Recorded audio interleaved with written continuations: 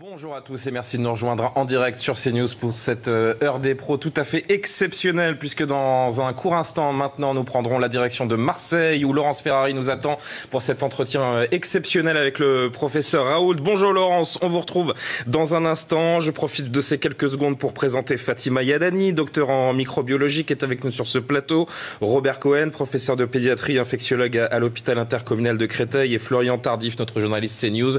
Merci à tous les trois d'être présents. On débriefera donc ce long entretien entre Laurence Ferrari et le professeur Raoult juste après cette interview donc qui débute tout de suite. Laurence, c'est à vous. On prend la direction de Marseille. On vous retrouve pour cet entretien exceptionnel.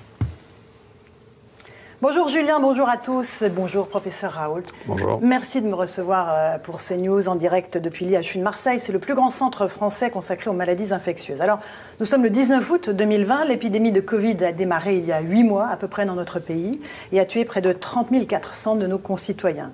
Aujourd'hui, les Français sont inquiets de ce qui va se passer là dans les prochains jours, à la fois dans les écoles, la rentrée scolaire, est-ce qu'elle peut être remise en cause? Dans leur vie, le masque sera obligatoire dans les entreprises, dans certaines rues aussi. Et il y a chez certains un sentiment d'inquiétude, de défiance même, vis-à-vis à la fois du corps médical et du gouvernement. Alors vous êtes un chercheur, un microbiologiste. On va prendre le temps de chercher des explications parce que je crois que vous voulez dédramatiser la situation.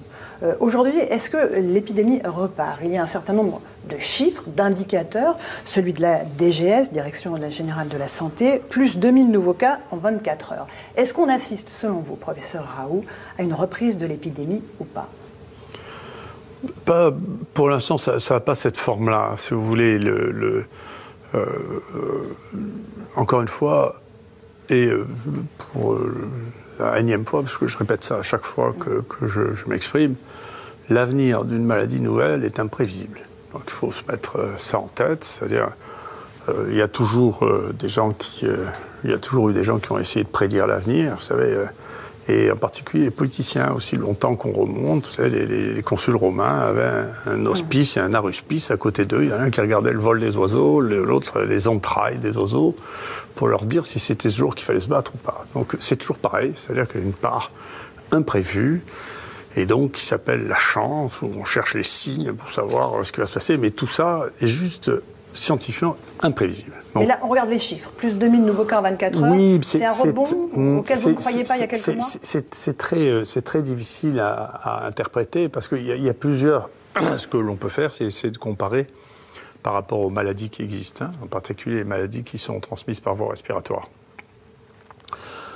La plupart des coronavirus se présentent, dont on a fait un travail là, qui est publié, il y a 4 coronavirus qui circulent maintenant de manière endémique, qui sont apparus à un moment, qui maintenant circulent de manière endémique, c'est-à-dire tout le temps, qui ont une activité saisonnière importante. Sur l'ensemble de la planète. Hein. Sur l'ensemble de la planète.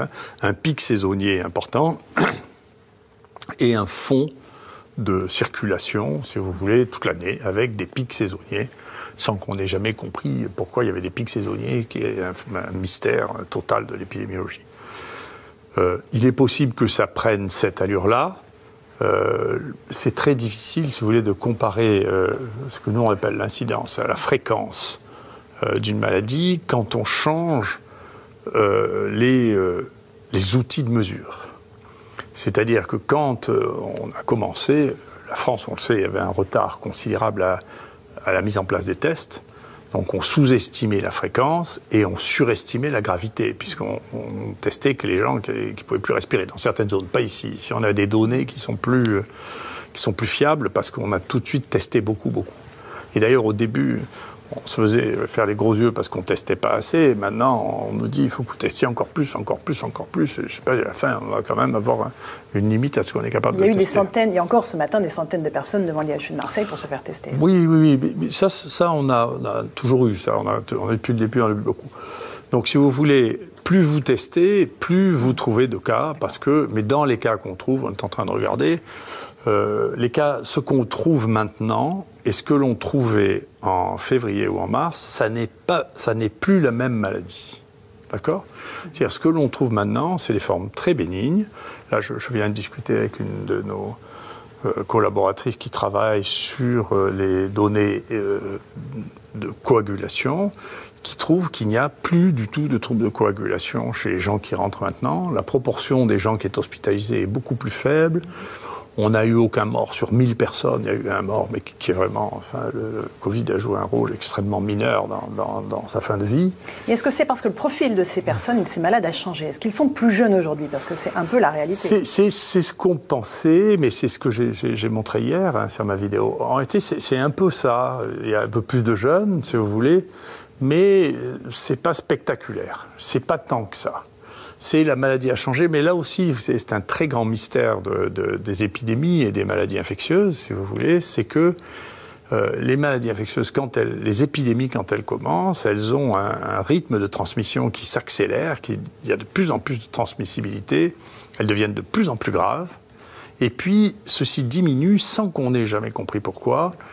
Certains pensent que c'est l'immunité de la population qui a changé, mais ça n'a toujours été qu'une hypothèse. Mais les épidémies disparaissent toujours. Hein. Donc les épidémies de peste du Moyen-Âge, ça s'arrêtait aussi. Vous voyez, donc il y a les épidémies de variole, c'est très bien décrit, hein, les épidémies de variole au cours du XVIIe, XVIIIe siècle.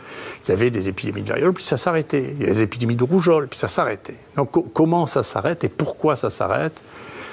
Encore une fois, on a toujours spéculé que c'était le taux de protection, d'immunité de la population, mais ça n'a jamais été démontré, c'est pas clair. Donc là, vous n'êtes pas inquiet de cette reprise potentielle de l'épidémie? Non, écoutez, dans ce qu'on a actuellement, si on prend toutes choses égales par ailleurs, là, ces données que j'ai données, nous, on a des données pour tous les coronavirus, donc les 4, on a des données pour 3 paramyxovirus, 2 virus de la grippe, le virus respiratoire syncytial, les adénovirus. Cette maladie-là n'est pas plus mortelle que les autres. C'est les maladies virales respiratoires qui arrivent jusqu'à l'hôpital. Leur mortalité est de 0 à 1%. Là, on est très très loin de 1%. On est beaucoup plus bas que ça. Moi, je crois qu'il va falloir se mettre à l'idée que c'est rentré dans le paysage. Ça disparaîtra ou ça disparaîtra pas. Mais encore une fois, la prévision de ça, il faut voir les astrologues pour ça. Mais globalement, moi, je ne sais pas pourquoi il y a des années où il y a de la grippe A, des années où il n'y en a pas, des années où il y a de la grippe B, des années où il n'y en a pas. Pourtant, Dieu sait que la grippe, on la connaît, on l'a surveille. Pourquoi il y a des années où il y a 0 grippe A ou 0 grippe B, puis l'année d'après, il y en a plein? C'est incompréhensible. En 2017, la grippe a tué plus que le Covid a tué cette année. Enfin, il y a comme ça des maladies virales qui circulent, qu'on comprend mal, et qui font partie de l'histoire de notre interaction avec notre environnement. C'est comme ça.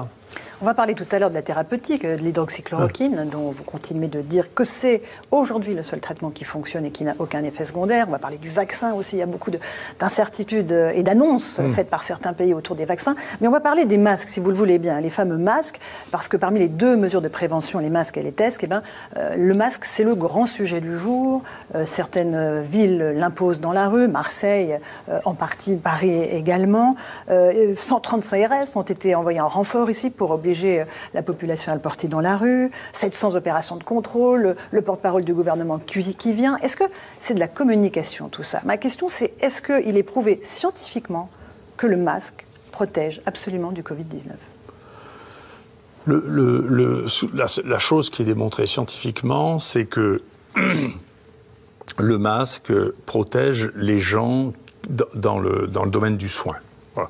C'est-à-dire quand vous soignez quelqu'un, bien entendu, vous avez des contacts très proches. Quand vous auscultez quelqu'un, que vous mettez votre stéthoscope sur la poitrine de quelqu'un, il vous souffle dessus. Là, moi, il y a un travail que j'ai révisé récemment où les gens regardaient quand on fait une trachéotomie, le risque de transmission autour d'une trachéotomie qui est assez important. Hein. Donc il faut là soit toute la pièce qui soit protégée. Ça, c'est assez clair. Pour le reste, rien n'est clair, rien n'a été démontré sur le plan de la transmission virale.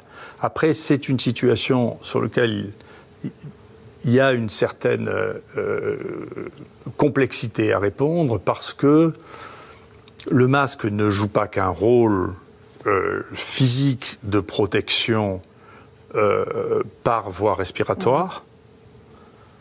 Il joue un rôle de signal il y a une maladie contagieuse qui circule. Et donc ça, c'est de la science de type sciences humaines et sociales. Mais psychologique. Oui, c'est de la science humaine et sociale. C'est une autre science que la science virologique, mais c'est une science qui existe aussi. Moi, donc, moi, depuis le début de la maladie, et dans ce que j'ai écrit avant même que la maladie arrive ici, j'ai dit dans toutes ces choses que j'ai vues depuis si longtemps, donc moi, la première épidémie que j'ai vue, c'est celle du sida. Ce dont j'ai peur, c'est de la peur. Donc la peur fait des comportements extraordinairement dangereux. C'est pour ça que j'ai parlé de la débandade de 1940, où il y a eu plus de morts à cause de la peur de la défaite que de la guerre, quand même.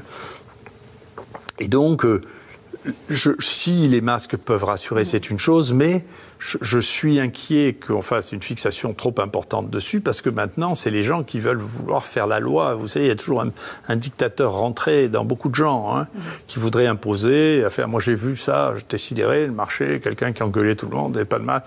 Il risque d'y avoir des tensions, des bagarres, tout ça.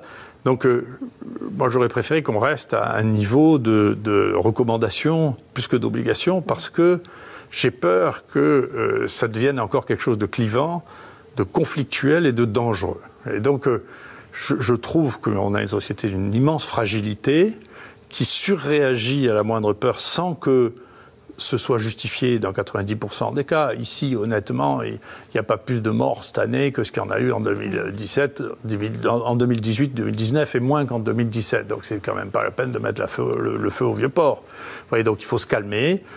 Il faut faire des recommandations de bon sens, je crois, mais je redoute, dans une société qui est aussi fragile et aussi nerveuse, si vous voulez, toutes les mesures qui augmentent cette tension qui n'est pas justifiée par les nombres. C'est justifié. Ce qui se passe, et l'analyse que l'on fait, qui est peut-être, je sais que je fais peut-être de la peine à mes amis qui vivent en Île-de-France ou qui vivent à Paris, c'est que plus on s'affole, moins on soigne bien les gens. C'est ça ce qui s'est passé. C'est la désorganisation liée à l'affolement. Et que donc, on n'organise pas de lutte en ayant peur. Ça ne se fait pas. Il faut enlever ceux qui ont peur et il faut mettre les gens qui ont du courage devant. C'est comme ça qu'on gagne. C'est pas avec les gens qui ont peur.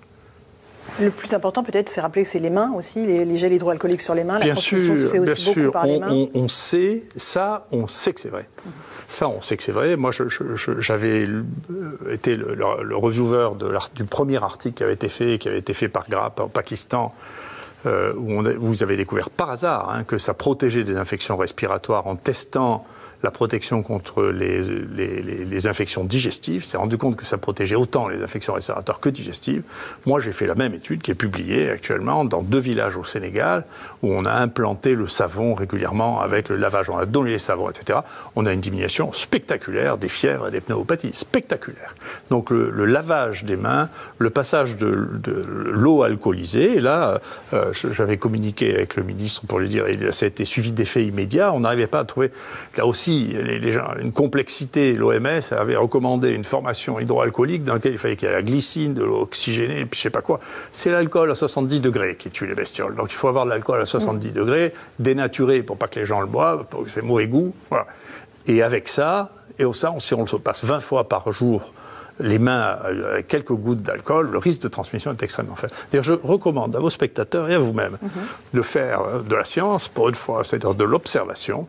Observez n'importe qui autour de vous et posez-vous la question de savoir s'il a un rhume, comment il va vous le transmettre. Vous serez sidéré, en réalité, sauf s'il va par vraiment... 1000 façons différentes, j'imagine. Non, s'il est bien élevé, il ne va pas vous éternuer dessus, sinon il est dégoûtant, il faut que vous éleviez les gens. Mais il va mettre ça dans un mouchoir, ou il va essuyer son nez avec le truc, il va mettre la main avant la bouche, et puis ensuite il va toucher des choses que vous-même... Et vous allez, si vous l'observez pendant une demi-heure, vous allez comprendre qu'en réalité, c'est pas possible que ça passe par voie respiratoire. Ça passe par les mains. C'est par les mains, ou éventuellement par les vêtements, si les gens s'essuient sur la manche, qui est encore pas très coquet, mais c'est par les mains que ça passe. Si on observe, si on accepte de sortir d'une fausse science qui a 50 ans, on a montré des grosses images de gens qui font « il éternue », c'est pas vrai. Voilà, c'est pas comme ça que ça se passe par les mains, et il suffit d'une demi-heure d'observation à chacun d'entre nous pour voir qu'il n'est pas possible que ça passe par autre chose que par les mains, et ensuite sur les objets inanimés. Professeur Raoult, est-ce qu'on se trompe de guerre sanitaire avec les masques et le confinement? On va en parler tout de suite. Est-ce que ce sont les nouvelles lignes Maginot? Encore une fois, est-ce que vous avez évoqué la peur, la panique qui cause plus de morts que la maladie elle-même? Est-ce qu'on vous évoquez une dictature hygiéniste? si vous voulez, c'est pas le contrôle des comportements fait partie de l'organisation sociale aussi primitive que ce qu'on la connaît. C'est comme ça. Donc il faut relire Lévi-Strauss. Toutes les sociétés ont une organisation sociale avec des règles. Parmi ces règles, les règles hygiéno-diététiques, c'est la Bible, font partie de qu'est-ce qu'on mange pas. On sait très bien pourquoi il ne fallait pas manger de porc. C'est parce que le porc mal cuit donne des maladies dont on reconnaît tout de suite le lien de causalité avec le porc. Donc c'est un animal dangereux à manger cru en particulier. Pourquoi il faut manger cuit et pas cru quels sont les aliments défendus parce qu'ils sont possiblement empoisonnés ou parce qu'ils sont... Et donc tout ça, tout le code alimentaire, le code de la pureté, vous voyez, dans l'islam, eh bien, il faut faire 5 fois les ablutions par jour pour être propre, vous voyez. Tout ce code de l'hygiène, bien sûr, fait partie de la vie sociale, et en particulier pour éviter les intoxications et pour éviter les maladies infectieuses. Donc, ça fait partie de la vie qui est... qu'on enseigne aux petits et qu'on enseigne aux enfants, et qui fait partie de notre société. C'est différent d'une société à l'autre, mais ces mesures d'hygiène... Alors, elles ont été intégrées dans un corpus religieux jusqu'aux époques religieuses, c'est-à-dire pour l'Occident jusqu'au XIXe siècle. Maintenant, ça a disparu du corpus religieux. Et donc, quand il n'y a plus de religion, le besoin de l'hygiène, c'est d'autres qui s'en emparent, dont l'État qui se substitue, et maintenant, c'est l'État qui fait le pape, vous voyez. Mais est-ce qu'on a franchi un cap, là, avec cette épidémie de Covid-19, justement dans cette guerre sanitaire, ces règles qu'on impose aux gens au nom de l'hygiène et du... Je sais pas. Je redoute chez les hygiénistes, je redoute le goût du pouvoir de contrôler les autres. C'est un pouvoir, si vous voulez. Je redoute ça. Ceux que je connais ont un fond dictatorial assez prononcé. Donc je redoute ça. Voilà, je redoute ça. Et on voit émerger ça, c'est pas très joli. On voit émerger ça, là, quand je vous dis, sur les masques, on voit des gens dont on voit que la nature, c'est d'essayer d'imposer les gens. Je veux pas imaginer ce qu'ils faisaient pendant la guerre, vous voyez, d'aller courir de l'un à l'autre, vous n'avez pas mis le masque, pareil qu'effectivement. C'est vous qui me disiez ça, on a arrêté un train parce que quelqu'un n'avait pas mis le TGV son masque. Paris-Nice a été arrêté parce qu'un passager n'avait pas le masque. Ouais. Et donc, si vous voulez, ça réveille des choses que je n'aime pas. Les masques, on vient d'en parler. Le confinement. Quid du confinement? Est-ce qu'il a fait la preuve de son efficacité, selon vous? Alors, il y a deux choses. À titre individuel, non, on a montré l'inverse. Voilà, à titre individuel, il y a 2 énormes études qui ont été faites, une en Espagne, une en Italie, qui sont bien faites, moi j'ai voulu la faire, mais malheureusement, c'était une chasse gardée de l'INSERM, maintenant que je n'ai pas pu la faire, pour comparer les gens qui étaient... Mais j'ai des données quand même. Comparer les gens qui avaient été confinés à ceux qui n'ont pas été confinés, pour voir si ceux qui étaient confinés étaient moins positifs que ceux qui n'étaient pas confinés. Et c'est l'inverse qu'on voit. Voilà. C'est-à-dire que les gens qui sont restés confinés étaient plus contaminés que ceux qui sont allés travailler. Oui. Et nous, on a des données chez nous, ici, le personnel de soins, on a des taux qui sont plus bas que la moyenne française, en 3,5%, parce qu'ils ont les gestes, ils ont l'habitude, et donc alors que je pense que la concentration en Covid-19 a été plus importante dans cette IHU que n'importe où ailleurs, vous verrez, vous ne l'attraperez pas, si vous faites attention de vous passer les mains à l'alcool. Donc, il n'y a pas d'évidence au niveau individuel, pour des raisons que les gens qui comprennent la contagion, ou qui comprennent, je ne sais pas si on comprend, mais enfin qui savent à peu près comment ça se passe, c'est que si vous mettez quelqu'un qui est contagieux sans le savoir, en plus sans l'avoir testé, au milieu d'une famille de gens qui n'ont pas été encore infectés, c'est les bateaux, c'est ce qui s'est passé, ça marche très bien. Hein, donc l'histoire de la quarantaine, si vous voulez, on sait depuis tout temps que ça ne marche pas. Donc, on l'a bien vu, il y a 2 bateaux, 2 histoires magnifiques, hein, une en France avec le Charles de Gaulle, l'autre au Japon. On voit bien que si on laisse des gens infectés avec des gens qui ne sont pas infectés, à la fin, vous en avez un tiers ou la moitié qui finissent par devenir infectés. Vous faites ça dans une famille, c'est pareil. Moi, j'étais plus... Il y a des pays qui ont choisi cette situation de détecter et d'isoler dans des hôtels, par exemple. Réserver des hôtels aux gens qui étaient porteurs de manière à les isoler. Ça, c'est ce qu'on appelle le lazaret. Nous, on a testé le lazaret, la quarantaine à Marseille. Il y a une maladie infectieuse ici, on connaît très très bien les épidémies. Et le lazaret, ça marche bien. C'était les sanatoriums, ça marche très bien. Hein. On isole les gens qui crachent la tuberculose le temps qu'ils crachent, et quand ils ne crachent plus, ils ressortent. Vous voyez, ça évite qu'il y ait des tuberculoses autour. Mais est-ce que ça a au moins servi pour ne pas engorger les hôpitaux, le confinement? C'était le but quand même. Oui, écoutez, je trouve, si tout ça, les questions que vous posez ne sont pas inintéressantes, mais elles sont datées. Vous voyez, là, les hôpitaux ont un problème financier terrible, c'est qu'ils ont été vides, les hôpitaux. C'est ça le problème. Alors d'abord, les hôpitaux ont été vides. Ensuite, on a... moi, je le sais à Marseille. En dehors des salles de réa, donc. Ou en dehors des salles de réa. Ils ont été vides. À la fin, on a... Et puis, je ne sais pas quelles vont être les conséquences de ça. Il y a des opérations qui ont été retardées, qui n'ont pas été faites. On va voir, il y a des cancers qui n'ont pas été détectés quand même. Tout ça a arrêté le flux normal, y compris de la prévention, de la thérapeutique. Et d'autre part, il y a eu des zones dans lesquelles, si vous voulez, cette bivalence privée-publique a posé des problèmes. C'est-à-dire qu'on ne s'est pas servi du privé parce que c'est le public qui organisait tout. Et donc, au moment où il y avait des problèmes de réa considérables, dans l'Est, je le sais parce que je connais des gens qui sont là-bas, on n'a pas utilisé à un moment les réanimations privées et les réanimations publiques étaient pleines. Donc, si vous voulez, moi, je trouve, mais j'espère qu'on y verra clair, que ce pays a eu un problème d'organisation très sérieux et que les endroits dans lesquels ça a le moins bien marché, c'est les endroits qui ont été les moins bien organisés. D'accord ? Donc c'est pour ça d'ailleurs que je plaide pour les IHU, et je ne plaidais pas du tout pour les IHU, j'ai écrit il y a 20 ans, pour qu'il y ait un IHU marseillais. Je pensais qu'il en fallait 7 dans le pays, et je pense qu'il y en avait 7 dans le pays. Globalement, les choses auraient été gérées de manière différente, mais il faut bien qu'il y ait à un moment une organisation et un endroit où on sait qu'on peut aller, où on sait qu'on peut gérer les choses, où on sait qu'on peut les compter, on sait qu'on peut faire les statistiques, on sait qu'on peut les voir, si vous voulez. C'est pas en multipliant les centres avec 2 petits centres de référence, c'est complètement dépassé. Un mot sur les malades, vous en avez un certain nombre ici à l'IHU de Marseille. Un certain nombre ont des effets secondaires très très longtemps après avoir été contaminés. C'est très pénible pour eux, c'est un véritable calvaire. On les prend parfois pour des malades imaginaires. Comment est-ce que les médecins peuvent les aider?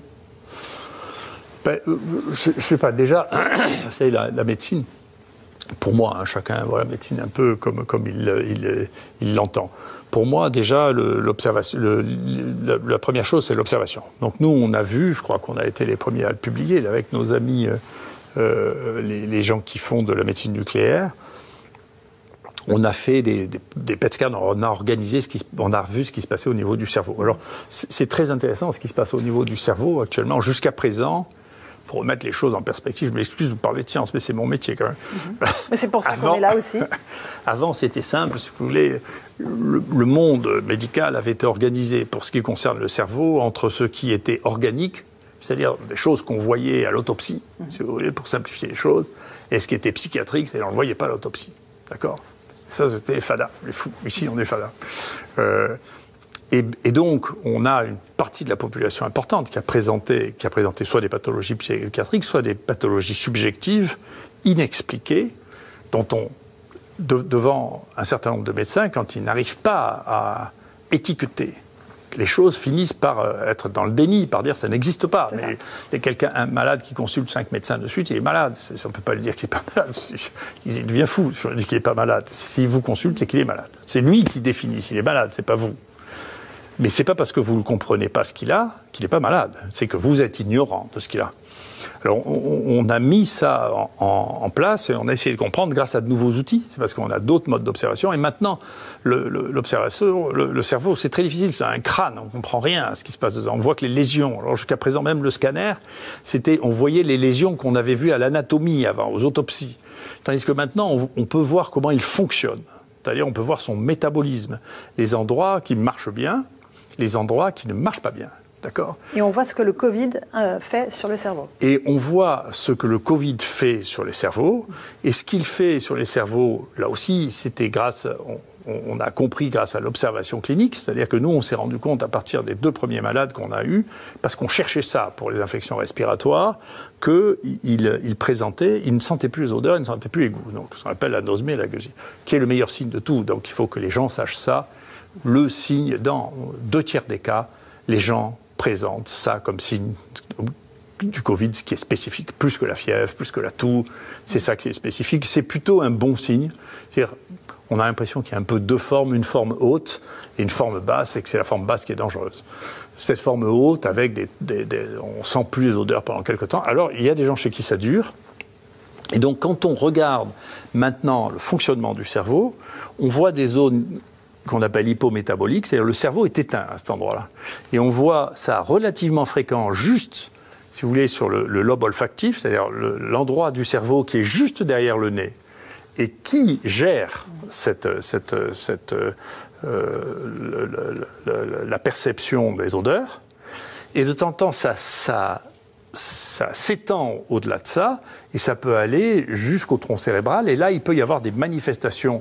Alors, ça passe par une autre zone qui s'appelle la zone limbique, qui peut expliquer des troubles de la concentration, des difficultés à refonctionner, et puis ça peut aller encore plus en arrière, sur le tronc cérébral, et donner des douleurs, si vous voulez, que maintenant, qu'on n'arrivait pas à étiqueter il y a encore 5 ans, qu'on arrive à étiqueter avec des outils nouveaux, de la technologie nouvelle, qui nous permet de voir l'activité métabolique. Ça, on envoie du sucre. Le cerveau est très avide de sucre, du sucre marqué. Et donc, les endroits dans lesquels il n'y a pas de sucre marqué, c'est que le cerveau ne marche plus, vous voyez. Et donc, on le voit maintenant. Comment on peut soulager ces douleurs ? Il y a des traitements qui fonctionnent pour ces malades ? Pour l'instant, on en est encore une fois au stade de l'observation, de comprendre. D'abord, on va essayer de comprendre, en fonction du traitement qu'ils ont reçu, s'ils ont plus ou moins si on peut prévenir plus ou moins ces douleurs. Mais surtout, si vous voulez, quand on a une cible, c'est-à-dire quand on peut voir les modifications, ça y est, on peut avoir des médicaments. C'est-à-dire on peut visualiser l'effet. Tant qu'on n'avait pas de visualisation, on n'avait que des effets subjectifs qui sont... C'est extraordinairement difficile à évaluer, les effets subjectifs, d'autant qu'il y a des effets... Nous sommes suggestionnables. C'est-à-dire que moi, je peux vous rendre malade et je peux vous faire du bien, avec rien. D'accord ? Tout le monde sait ça. C'est pour ça qu'il y a des guérisseurs, c'est pour ça qu'il y a des... Donc, chez nous, on appelle ça l'effet placebo ou l'effet nocebo. Et on sait très bien, moi, je sais très bien faire les ponctions lombaires et vous aurez pas mal. Et j'ai des collègues qui arrivent qui ont tellement peur eux-mêmes de faire la ponction lombaire que vous aurez mal pendant une semaine. Tout le monde sait ça. C'est l'effet nocebo, maintenant, on en connaît tous les circuits cérébraux, on ne sait pas où ça passe, comment on peut le corriger. L'effet placebo aussi. L'effet placebo, c'est un effet qui est proche comme localisation des benzodiazépines, et donc des médicaments anxiolytiques, etc. Ça se localise au même moment, c'est au même endroit. Donc vous avez toutes ces choses qui apparaissaient magiques, qui ont été dans le déni du scientisme. Vous savez, on a vécu une époque un peu bête avec le scientisme, qui a fini par nier tout ce qu'il ne comprenait pas, ce qui est une bêtise. C'est une attitude profondément anti-scientifique. D'accord. Un mot des tests de dépistage. On a beaucoup plus de tests de dépistage aujourd'hui en France, mais est-ce qu'ils sont fiables ? Est-ce que la fiabilité scientifique de ces tests est imparable ? Vous savez, en médecine, c'est rare que les choses soient oui-non. Donc, c'est mieux de faire des tests que de ne pas faire de tests. Mais je vais vous donner un exemple qui est... moi qui est le premier sur lequel j'ai été amené à réfléchir, encore une fois, qui était le sida. Quand les tests sur le sida sont sortis, les tests qui étaient magnifiques, et qui avaient une spécificité, c'est-à-dire qui étaient vrais dans 99% des cas. C'est énorme. Rien que l'erreur humaine fait au moins 1%. Vous pouvez vous tromper de tube, vous pouvez vous tromper d'un tas d'erreurs. Et donc 99%, et donc quand moi je m'envoyais en consultation, les patients qui avaient été détectés au centre de transfusion sanguine comme étant positifs, et donc ils trouvaient 1% de positifs. Et à l'époque, la prévalence, le nombre de cas vraiment positifs, c'était de 1 pour 1000. D'accord ? Donc, bien qu'ils aient une sérologie qui était parfaite, alors après elle s'est améliorée parce qu'il y a le Western blot, etc., 9 sur 10 des positifs qu'ils m'envoyaient étaient des faux positifs. Et c'est la même chose pour le Covid ? Non, pour le Covid, on a 20% de faux positifs. On a 1 sur 5 qui est un faux positif. Ouais. C'est quand même assez important. Comme chez... Ça veut dire qu'il faut les vérifier. Voilà, il faut le vérifier. En particulier parce que nous, on sait que même si la machine vous répond que c'est positif, de temps en temps, c'est pas possible que ce soit positif. Vous voyez, c'est-à-dire à partir d'une certaine dilution, la machine vous répond toutes les dilutions. Nous, on a mesuré ça très précisément. On part avec des morceaux d'acide nucléique, d'autre part en quantifiant les virus. On sait qu'au-delà d'une certaine dilution, c'est pas vrai. Voilà. parce que les acides nucléiques, c'est volatile, c'est extrêmement difficile de s'en débarrasser. Vous savez, on a des collègues qui manipulent un virus à la faculté de médecine. Ils se sont rendus compte qu'ils avaient des faux positifs ici, alors qu'ils n'ont jamais manipulé les virus, parce que ça se colle sur les cheveux, les vêtements. Donc, c'est bien pire que les virus. Hein, les acides nucléiques, c'est des molécules qui sont mais dans on est l'air. au niveau quand même maintenant au niveau des tests. Pardon ? La France est au niveau maintenant au niveau des tests. En termes de nombre, oui, je crois. Hein. Okay, ouais. Après, j'ai l'impression que beaucoup de gens ont des problèmes, parce que nous, on en reçoit de plus en plus, parce que les gens n'arrivent plus à assumer, parce que du coup, je pense qu'il faut un peu rassurer la population, parce que les gens voudraient se faire, on ne va pas pouvoir tester 65 millions de gens une fois par semaine, c'est ça, on ne peut pas le faire. Donc, il faut se calmer, hein. Donc il faut revenir, c'est pas pire que la grippe, il ne faut pas s'affoler, si on n'a pas de signe, il ne va rien vous arriver, les jeunes... je ne sais pas ce qu'il faut faire pour tuer les jeunes, mais enfin, il faut faire vraiment un truc exceptionnel. Donc, il faut se calmer, il ne faut pas se disputer parce qu'il y en a un qui n'a pas de masque, il ne faut pas commencer à se battre parce que on va bientôt avoir des meurtres. Parce que les gens il faut se calmer, faut se calmer. C'est une maladie virale comme une autre actuellement. En plus, encore une fois, qu'est-ce que vous voulez de plus ? Nous, les 1000 derniers cas, aujourd'hui, on a encore un peu plus qu'hier, donc on a 1100, donc 1000 premiers cas. Écoutez, il n'y a pas un mort inattendu là-dedans, quoi. Et nous, encore une fois, à Marseille, il n'y a pas plus de morts cette année que là. Donc si on fait les choses correctement, il n'y a pas de drame, il ne se passe pas, c'est quelque chose de nouveau, et quelque chose d'ancien qui disparaîtra, ça va. Les traitements, on va évidemment parler de l'hydroxychloroquine. La foire aux essais internationaux, et je dis le mot foire à Essian, n'a pas permis d'avoir une reconnaissance officielle pour l'instant de l'efficacité de l'hydroxychloroquine, dont vous préconisez évidemment l'utilisation en association avec l'azithromycine. Je rappelle d'ailleurs que l'hydroxychloroquine et ce traitement, hors essai clinique, est interdit dans notre pays depuis le 27 mai. Est-ce que, encore une fois, vous avez tenté de parler aux autorités de la santé pour inverser cette interdiction et la faire lever ? Et est-ce que vous maintenez que ce traitement est le seul qui fonctionne aujourd'hui ? Si vous voulez, moi, après, si vous voulez, une des positions qui est très différente de ce que peuvent avoir. Je comprends bien que vous ne puissiez pas avoir la même perception des choses. Moi, je perçois les choses en direct. Est-ce que vous les percevez que de manière indirecte ? Donc, vous dites, et d'ailleurs, on apprend ça dans l'école de journalisme, vous savez que je les connais. On apprenait ça en disant, écoutez, il faut que vous ayez quelqu'un qui est d'un côté et quelqu'un qui est de l'autre, et comme ça, vous faites une évolution impartiale. Mais moi, ce n'est pas mon problème. Mon problème, c'est que nous, on a traité maintenant plus de 4000 malades avec ça. On a une mortalité qui est de 0,45%, si vous voulez. Je ne vois pas comment on peut faire mieux que ça. Ce sera d'ailleurs jamais possible de démontrer. C'est impossible techniquement de montrer qu'il y a mieux que ça. Et depuis le début, honnêtement, personne ne pouvait penser que le remdesivir allait pouvoir être prescrit dans cette maladie. Qui est l'autre médicament.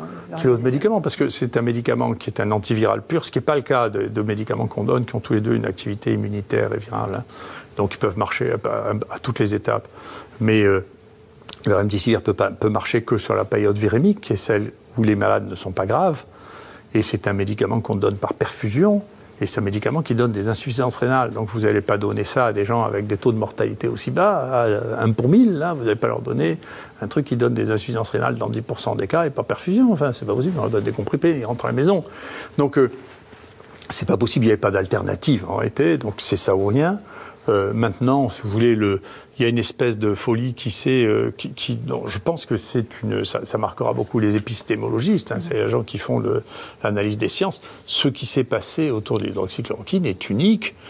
Enfin, unique. Non, il y a eu le même scandale avec le Lancet, avec le choléra au 19e siècle, Snow. Donc, ce pauvre Snow qui avait découvert comment le choléra était transmis à Londres a failli être crucifié. Il y a eu la même chose avec la peste, avec le Lancet aussi, où les Anglais avaient publié en extrême urgence un papier anti-français qui prétendait que la peste, en réalité, ce qui était présenté, c'était le pneumocoque. Donc, c'est pas la première fois qu'il y a des erreurs. Cette taille-là, et là, c'est pas le Lancet, c'est le Lancet. Lancet, qui est une grande publication scientifique mondiale reconnue oui, dans le monde entier. Les trois grandes publications scientifiques, si vous voulez, c'est pour ça que c'est un phénomène qui est un phénomène extrêmement important. Moi, je pense que c'est un phénomène de bascule de notre société vers l'Extrême-Orient. C'est l'écroulement d'un monde. Hein. Pour moi, c'est une puissance phénoménale. Parce que le New England a fait la même chose, avec les mêmes, dont vous avez 5 pieds nickelés. Personne ne connaît ces gens. Personne ne sait qui c'est. Ils ne filent aucune de leurs données. ils produisent des trucs que personne ne peut croire. Enfin, personne dans mon labo ne peut croire ce qui était publié dans le New England, et 2 papiers dans le Lancet et 1 dans le New England, qui sont publiés comme ça. Et dont le seul intérêt était d'être à la mode, parce que c'était le Covid, et d'être ce qui était une épidémie, de dire que l'hydroxychloroquine, c'était pas ça. Et donc, un médicament que 2 milliards de personnes ont pris, brutalement tué entre 10 et 30% des gens. Mais comment on peut croire une chose comme ça ? On peut simplement croire ça. Moi, je ne sais pas, la première chose qu'on m'a demandé, j'ai un très bon ami qui était extrêmement proche des signaux. Il me dit, qu'est-ce que tu en penses ? Il m'appelle le vendredi soir. Écoute, ça, je voyais ça le week-end, mais écoute, je ne peux pas croire que ça tue 10% des gens. Donc vous maintenez qu'il n'y a pas d'effet secondaire grave avec la prise de chloroquine ? Mais non, il n'y en a pas. Pas de problème cardiaque, tous les médecins non. qui Écoutez, ont souligné cela. Écoutez, c'est après... Une autre chose, médicalement, que j'ai essayé d'expliquer la semaine dernière en essayant de donner un cours de médecine, la chloroquine ou l'hydroxychloroquine, c'est un médicament, mais c'est un médicament qui a une posologie, c'est-à-dire il ne faut pas donner 12 comprimés. Si vous voulez, le Doliprane, d'accord ? Le Doliprane, si vous regardez vraiment le Doliprane, je vous suggère de faire ça, vous le regardez sur Wikipédia. Comme ça, vous ne direz pas, c'est pas M. Raoult. M. Raoult m'a juste donné le Doliprane, ça tue 100 fois plus que l'hydroxychloroquine, quand même, il faut être sérieux. C'est la première cause de suicide utilisé, le Doliprane. Donc, c'est la première cause d'intoxication médicamenteuse au monde, le Doliprane. D'accord, ça fout des insuffisances hépatiques terribles. La plupart des gens qui sont morts de chikungunya à La Réunion sont morts à cause du Doliprane. C'est un truc qui foutait des douleurs épouvantables, qui durait longtemps. Et la différence entre la dose thérapeutique et la dose toxique pour le Doliprane est extrêmement basse. Personnellement, je trouve que ça ne devrait être prescrit que sur ordonnance. D'accord. C'est infiniment plus dangereux que l'hydroxychloroquine. Et l'hydroxychloroquine, tout le monde s'en fichait, c'était prescrit sans ordonnance il y a 1 an. Et donc on passe de sans ordonnance, vous n'avez plus le droit de prescrire de tout, il ne s'est rien passé entre les deux. Vous croyez ça, mais vous croyez au conte de fées, mais moi j'y crois plus depuis longtemps, je regrette d'ailleurs. Je raconte à mes petits-enfants, mais j'y crois pas, vous voyez. Vous avez demandé au patron de l'agence du médicament de suspendre cette interdiction de l'utilisation de l'hydroxychloroquine. Oui. Vous avez eu une réponse ? Oui, il m'a dit qu'il réfléchissait, c'est bien. D'accord. On perd du temps ? On perd du temps selon vous ? Écoutez, je ne veux pas, si j'avais voulu faire la politique, j'en aurais fait. Je ne fais pas de politique. Donc ce que je fais ce que je dois, et je veux pouvoir dormir le soir en me disant que j'ai fait ce que je devais. Voilà, je fais ce que je dois. J'espère qu'ils dorment aussi. Et j'essaie d'être lucide en même temps. Donc on peut toujours dormir en manquant de lucidité. Moi, je cultive la lucidité et l'estime de moi. Je veux pouvoir dormir en ayant le sentiment d'avoir fait ce que je dois. Et le sentiment de l'estime de moi est plus important que toute forme de peur. Et donc je fais ce que je dois. Pas vous dire mieux. Le tabac, qu'est-ce que vous pouvez nous dire sur le tabac ? Est-ce qu'il protège ou non du Covid-19 ? On sait qu'il ne protège pas du cancer du poumon. 30 000 morts par an, 75 000 morts dues aux conséquences du tabac. Donc ça, on sait, c'est absolument terrible.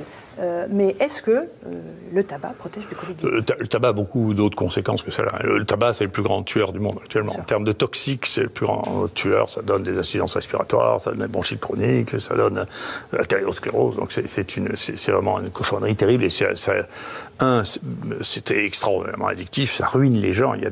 Dans certains pays pauvres, ça représente 25% du budget des ménages. Hein. Donc c'est monstrueux, le tabac. C'est la plus grande toxicomanie qui soit développée.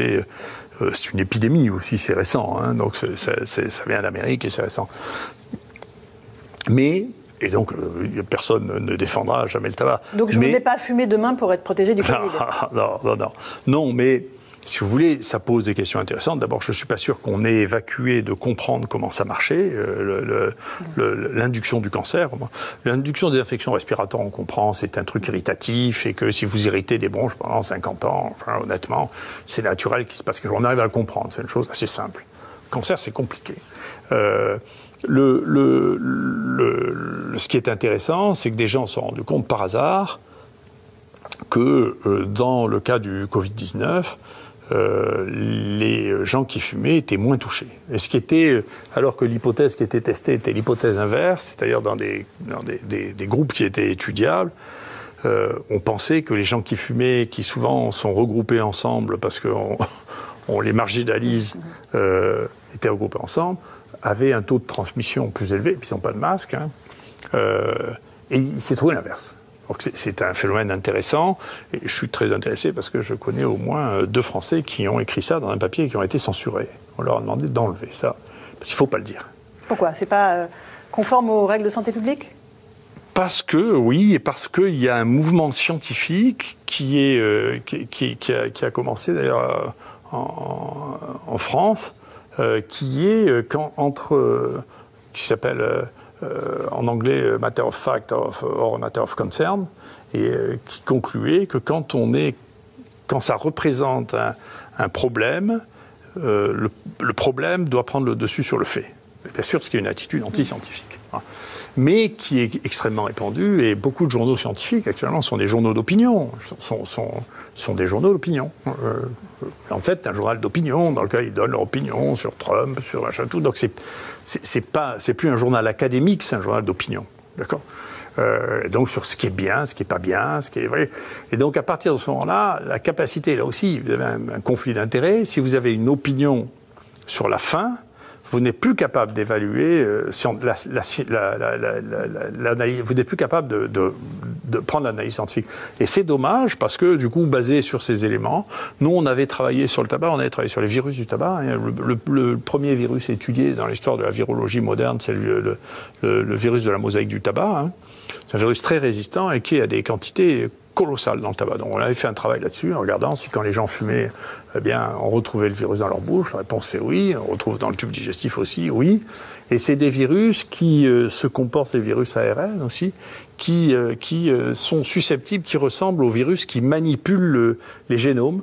Et donc on se posait la question de savoir est-ce que ça a joué un rôle, en particulier dans le cancer, est-ce que c'était le virus, est-ce que le virus jouait un rôle dans la transformation cellulaire. Et donc, il y a des gens, il y a quelqu'un qui m'a envoyé un papier sur une hypothèse en disant, écoutez, est-ce que le virus de la mosaïque du tabac jouerait un rôle pour inhiber la croissance du Covid. Et c'est une question scientifique, donc on n'a pas le droit de censurer les questions scientifiques parce qu'elles font naître des réflexions scientifiques qui amènent bien plus loin que l'interdiction hygiénique des gens qui disent « je sais ce qui est bon pour vous ». Voilà. C'est un autre monde. Le monde politique et le monde de la connaissance scientifique, c'est 2 mondes différents. L'immunité croisée des enfants. On est à quelques jours de la rentrée scolaire, les parents sont à nouveau inquiets. Vous dites qu'ils bénéficient d'une immunité croisée parce qu'ils sont en permanence soumis à d'autres coronavirus, c'est ça? Je dis pas ça, parce que je fais pas de généralité. J'ai constaté que, là aussi c'est factuel, j'essaie de distinguer quand je fais des théories, quand je rapporte des phénomènes. C'est factuel, on était les seuls à avoir ces données à ce moment-là, puisqu'on avait testé beaucoup de gens.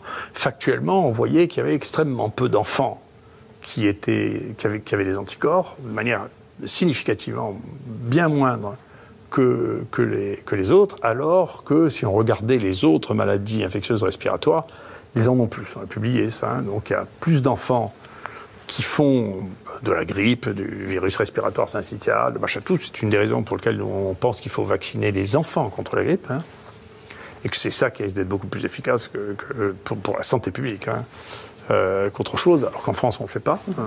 Ça se fait en Angleterre, aux États-Unis. Puis il y a des enfants qui meurent de grippe. Est-ce que les enfants qui meurent de Covid, il n'y en a pas pour l'instant. Donc on pourrait... Il y a eu 2 cas en France. Oui, il faut... Un petit enfant de 10 ans et une fille. Donc...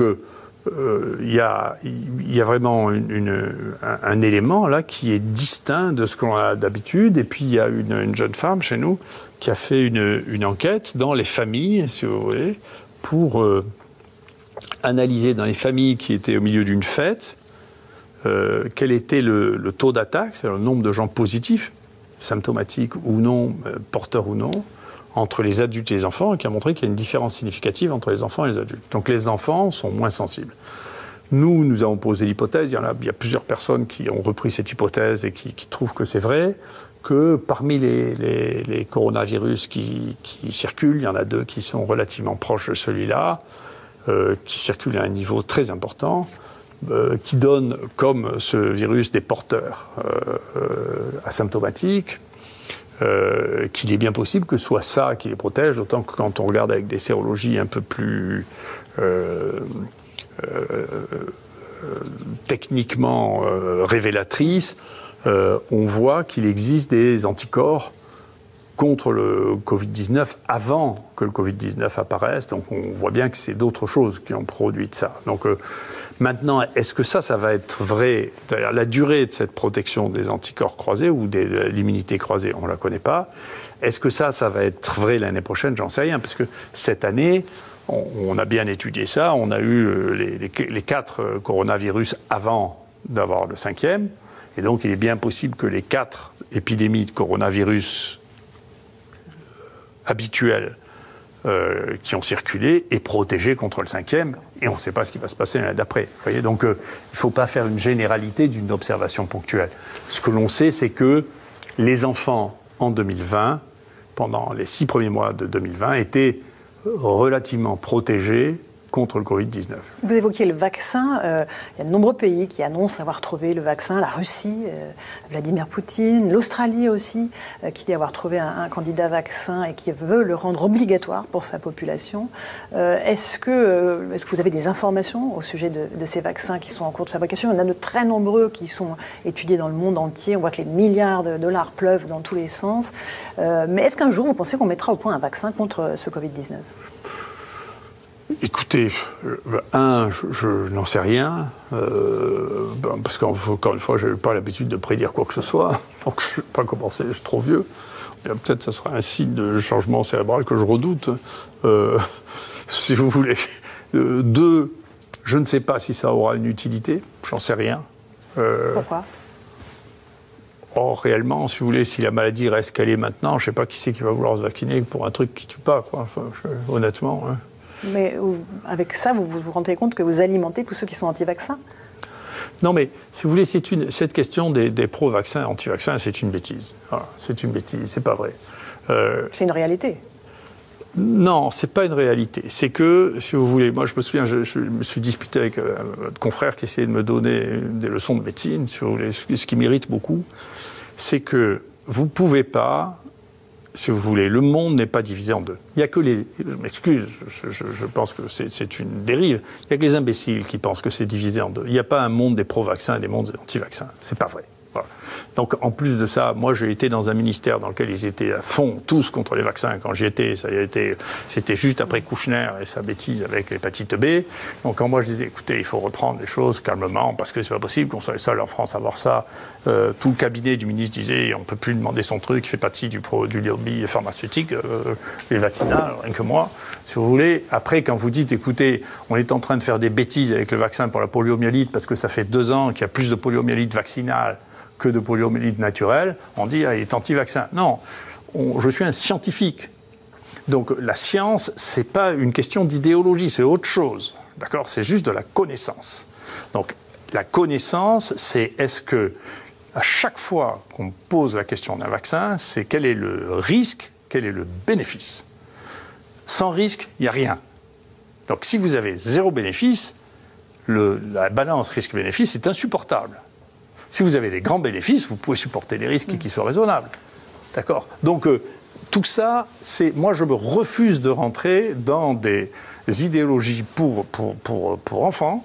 Je ne le fais pas. Voilà. Et donc, j'interdis à qui que ce soit de me dire que je suis un pro ou un anti-vaccin. Enfin, c'est des trucs d'imbéciles.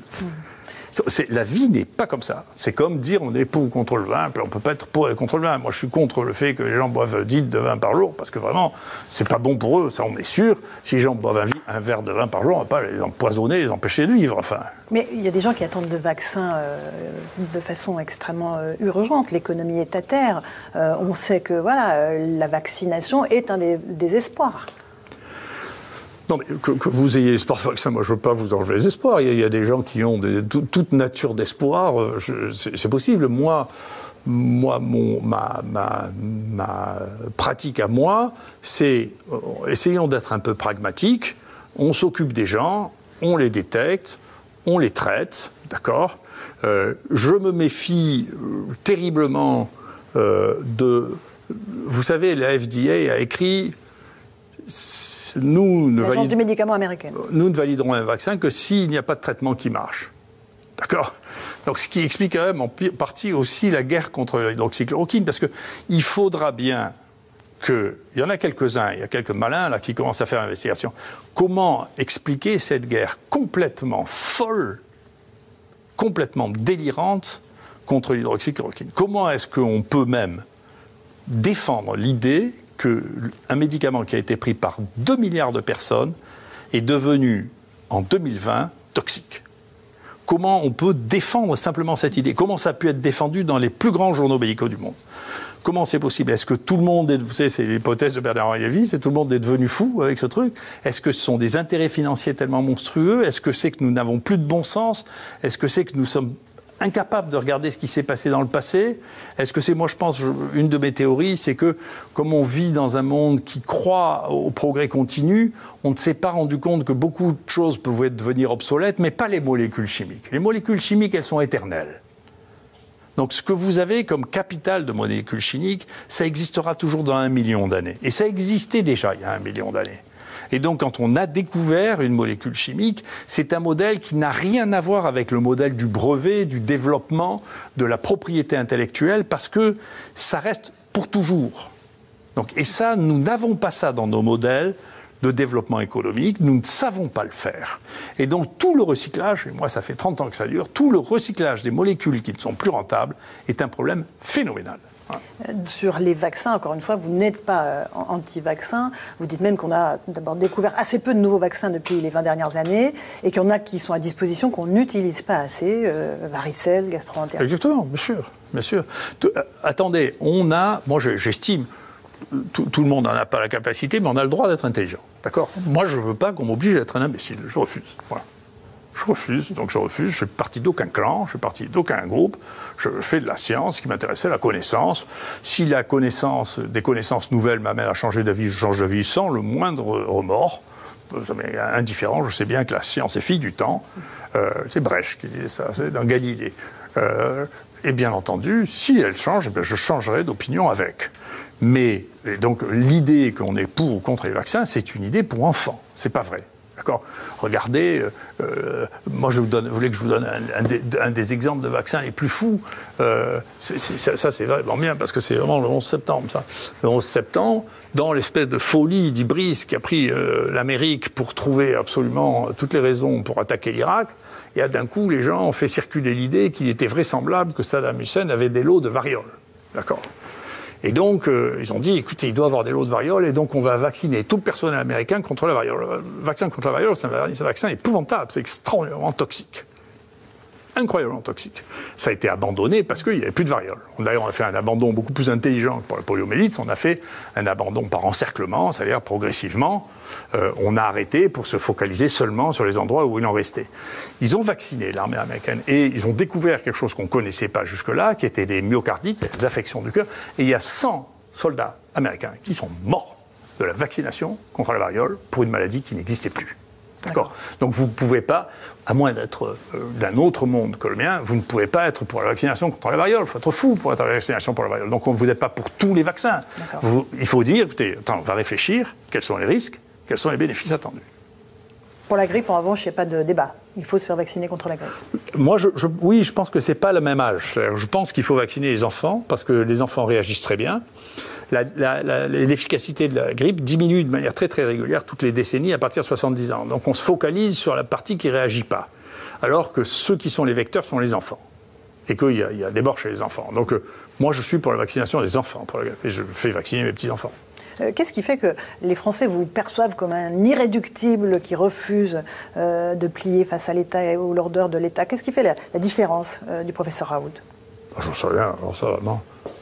Comment vous voulez-vous que je sache que de l'intérieur... Mais vous avez conscience que vous êtes devenu un symbole, quand même. Oui, mais si vous voulez, c'est pas... ça arrive, vous croyez qu'on choisit des choses comme ça? Enfin, faut être fou. Vous croyez qu'on enseigne, va faire des écoles de symbolisme social? Enfin, c'est des choses qui arrivent, c'est le destin. Personne ne décide de ça, si? Vous croyez que les gens décident de ça? Que moi, je ne suis pas comme Sarkozy qui se rasait en pensant qu'il allait devenir président de la République. Moi, je ne me rasais pas en disant je vais passer à la télé, je m'en fous complètement. Ça ne me porte rien, d'ailleurs, pour vous dire la vérité, à part des ennuis, ça ne me porte rien. Hein. Est-ce que vous avez des nouvelles du président Macron qui était venu visiter l'IHU de Marseille? Non, j'ai plus de nouvelles.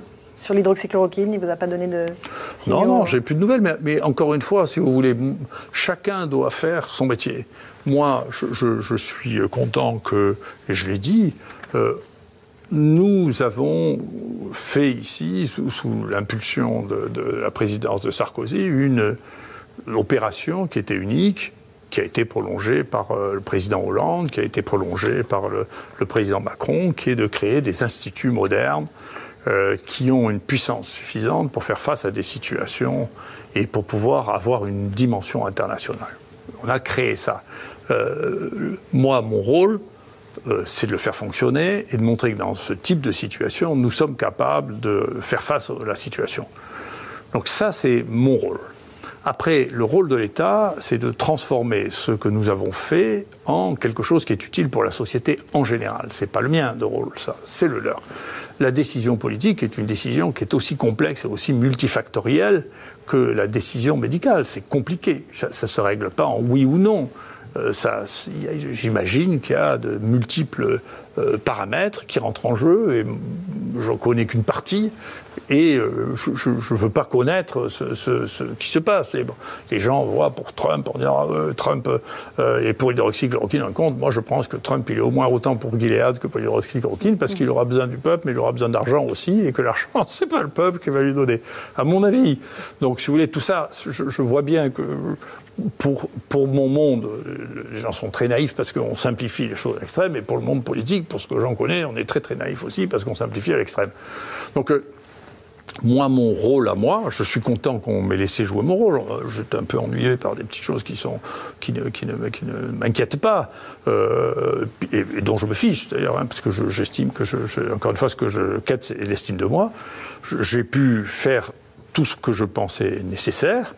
À la fin, je vois que je dis, au début, on me disait, faites trop de tests. Maintenant, on me demande de refaire probablement ce qui est la limite ultime de ce que nous sommes capables de faire, parce que ça finit par faire des monstruosités. Donc, les gens ont changé d'approche, changeront peut-être d'approche. La science, c'est le temps qui la juge, hein, vous savez. Et donc, chacun est là où il doit être. Les politiques, c'est l'histoire qui les juge. Moi, je crois que l'histoire soit impitoyable pour la dérive scientifique que nous avs. Elle sera impitoyable. Ce qui s'est passé là est vraiment sidérant. Un scandale ? C'est un énorme scandale. Vous vous rendez compte, je ne sais même pas d'ailleurs, probablement parce que la plupart des gens ne sont pas lucides vous vous rendez compte de publier un truc de guignol que n'importe qui est capable. Vous savez, nous, quand on écrit un truc pro-hydroxychloroquine, on a 7 à 8 reviewers qui nous dépiotent tellement le sujet est chaud. Quand ils ont passé des trucs dans lesquels, je vous assure, moi, mes étudiants pouvaient dire que ces papiers étaient faux. Hein. Comment ce truc peut passer dans les 2 journaux qui avaient la plus grande influence ? Mais c'est en même temps qu'il y a, comme vous, les médias traditionnels commençaient à être débordés complètement par les médias indépendants, les réseaux sociaux, YouTube, etc. Les journaux scientifiques, c'est pareil, ils sont en train d'être complètement débordés et leur fiabilité va disparaître. Ce qui va faire, c'est l'audimat des articles que vous mettrez en préprint, si vous voulez, sur des sites. Maintenant, nous, à la suite de ça, on a créé notre propre site de préprint, puisque les gens faisaient de la censure même sur les sites de préprint. Donc, pour échapper à la censure ce que l'on doit penser dans une situation comme ça, enfin, vous avez vu, Facebook a censuré des articles ou des reports sur la chloroquine. Donc, on est rentré dans une espèce de conflit politique de censure, ce qui est une chose inouï pour les années, ce que je peux juger des années récentes. C'est arrivé avant. Hein. Je peux vous dire que l'évolution, ce pauvre Lamarck, quand il a voulu faire l'évolution, ils l'ont pas tué, je ne sais pas pourquoi. Enfin, Cuvier, qui était pourtant un grand scientifique, hein, l'Académie des sciences fallait le tuer quand même. Hein. Et donc il a dû fermer sa gueule, on lui a interdit de parler, et puis il n'a plus parlé jusqu'à sa mort. Ouais. En tout cas, vous aussi, vous avez l'occasion de parler, et tant mieux. Merci beaucoup de nous avoir consacré du temps aujourd'hui depuis l'IHU de Marseille. Merci professeur Raoult pour cet entretien complet. Voilà, Julien Pasquier, c'est à vous avec vos invités pour le débrief de l'interview. Merci beaucoup Laurence. Un entretien dense, beaucoup de choses à retenir de cette interview que vous venez de mener avec le professeur Raoult. Laurence, merci encore. On va débriefer ensemble jusqu'à 11h avec mes invités que je vous présente de nouveau. Fatima Yadani, docteur en microbiologie, merci encore d'être présente. Professeur Robert Cohen également, professeur de pédiatrie, infectiologue à l'hôpital intercommunal de Créteil. On est avec notre journaliste Florian Tardif également et Jean-Michel Constantin qui est avec nous par liaison vidéo, anesthésiste réanimateur à l'hôpital de la Pitié-Salpêtrière. Peut-être un premier mot, on l'accueillera dans un instant, le professeur Constantin, un premier mot, Florian Tardif, avant de rentrer, de chapitrer, parce qu'il y a beaucoup de choses à dire autour de cet entretien du professeur Raoult. On peut retenir quand même que, déjà, ça faisait un moment qu'on n'avait pas vu le professeur Raoult à la télévision s'exprimer. Le donneur de leçons était beaucoup plus pédagogue aujourd'hui. Il appelle au calme également. On le sent sur la forme, encore une fois, beaucoup plus serein que lors des semaines précédentes. Oui, même si il s'est toujours montré serein face à cette crise sanitaire. Il a expliqué que c'est la peur qui entraîne finalement la désorganisation et que le drame de notre pays, ce qu'on a vécu ces derniers mois, c'est notamment la désorganisation à cause d'une mauvaise organisation des pouvoirs publics.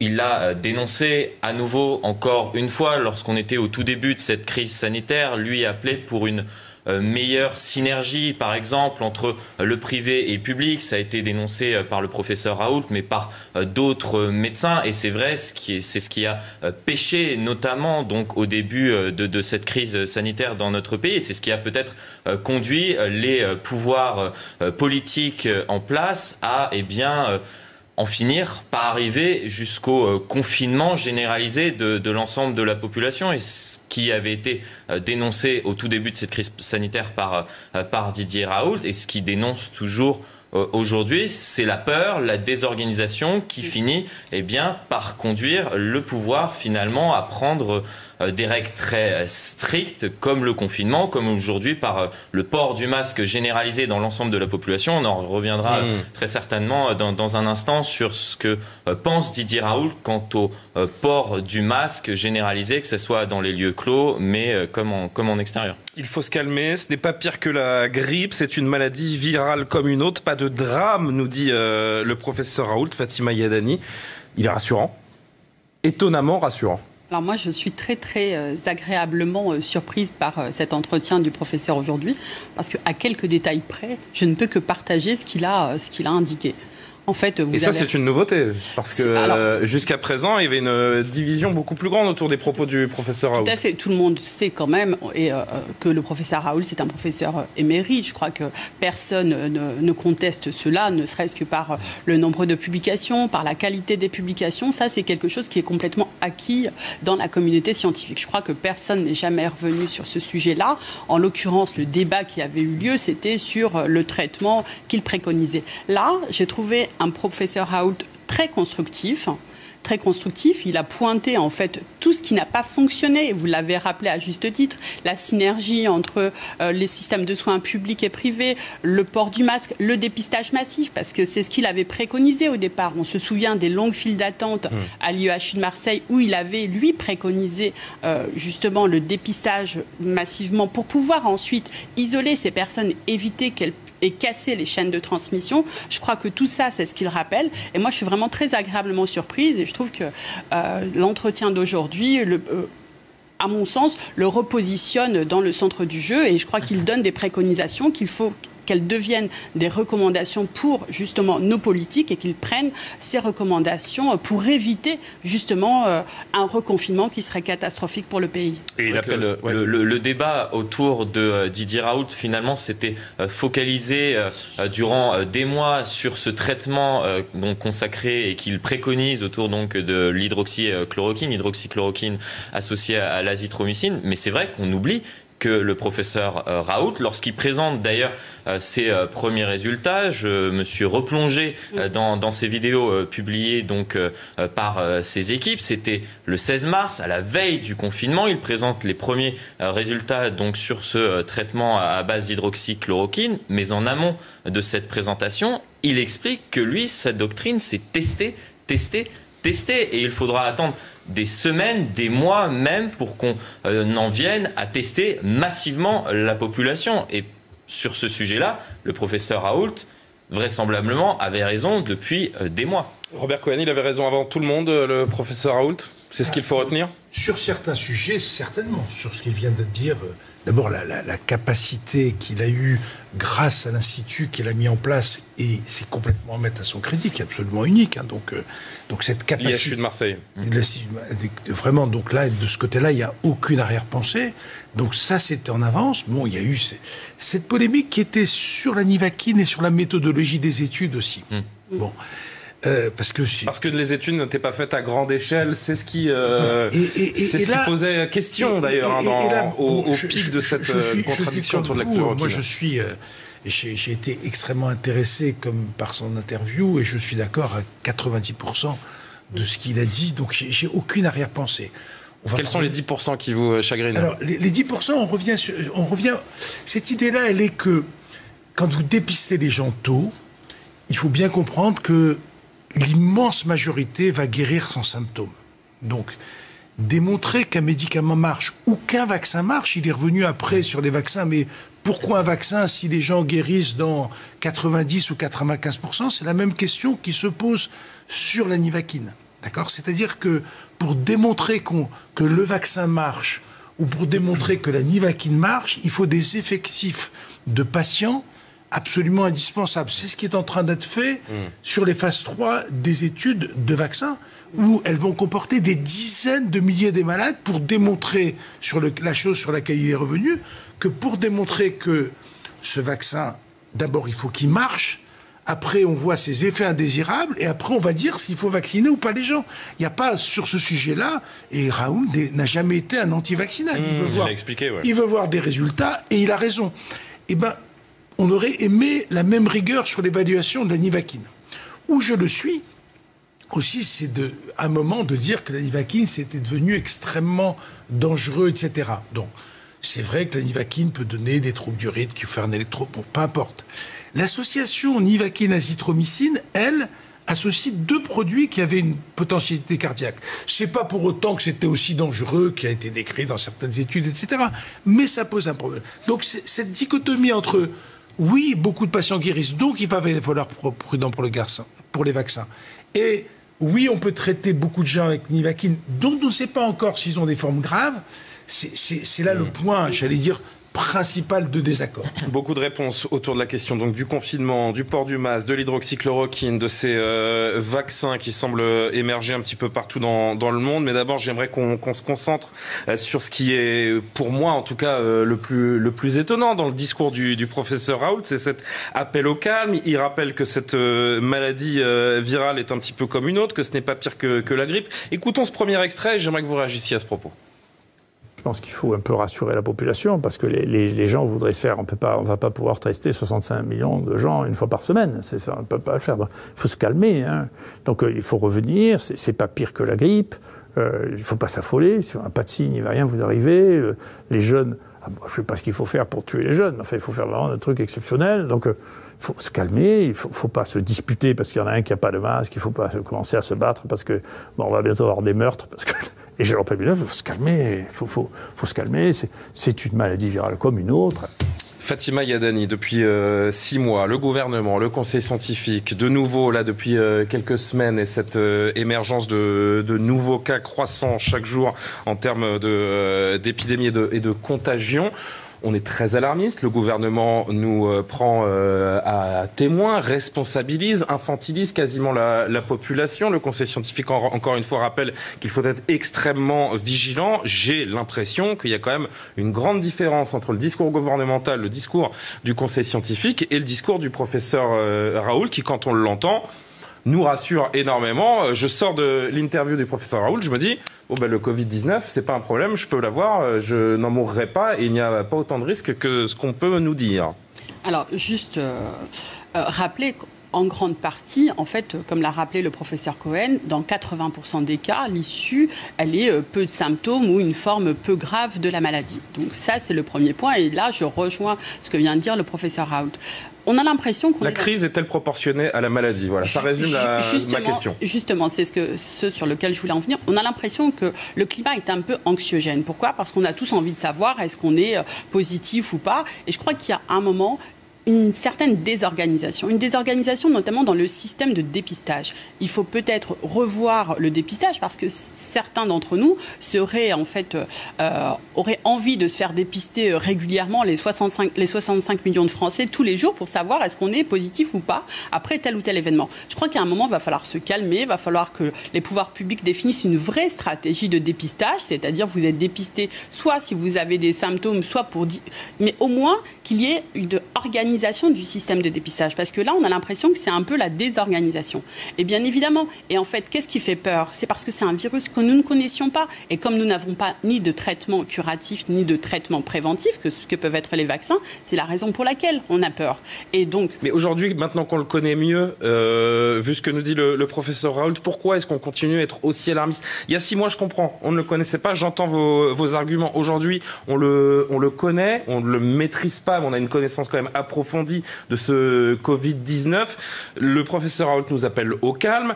C'est une maladie comme une autre, ce n'est pas pire que la grippe, mais nos instances, nos gouvernements sont encore toujours autant alarmistes, voire plus qu'avant. Oui, parce que pour l'instant, il n'y a pas de traitement ni préventif ni curatif. Et à partir du moment oui, où mais il ne tue pas plus que la grippe.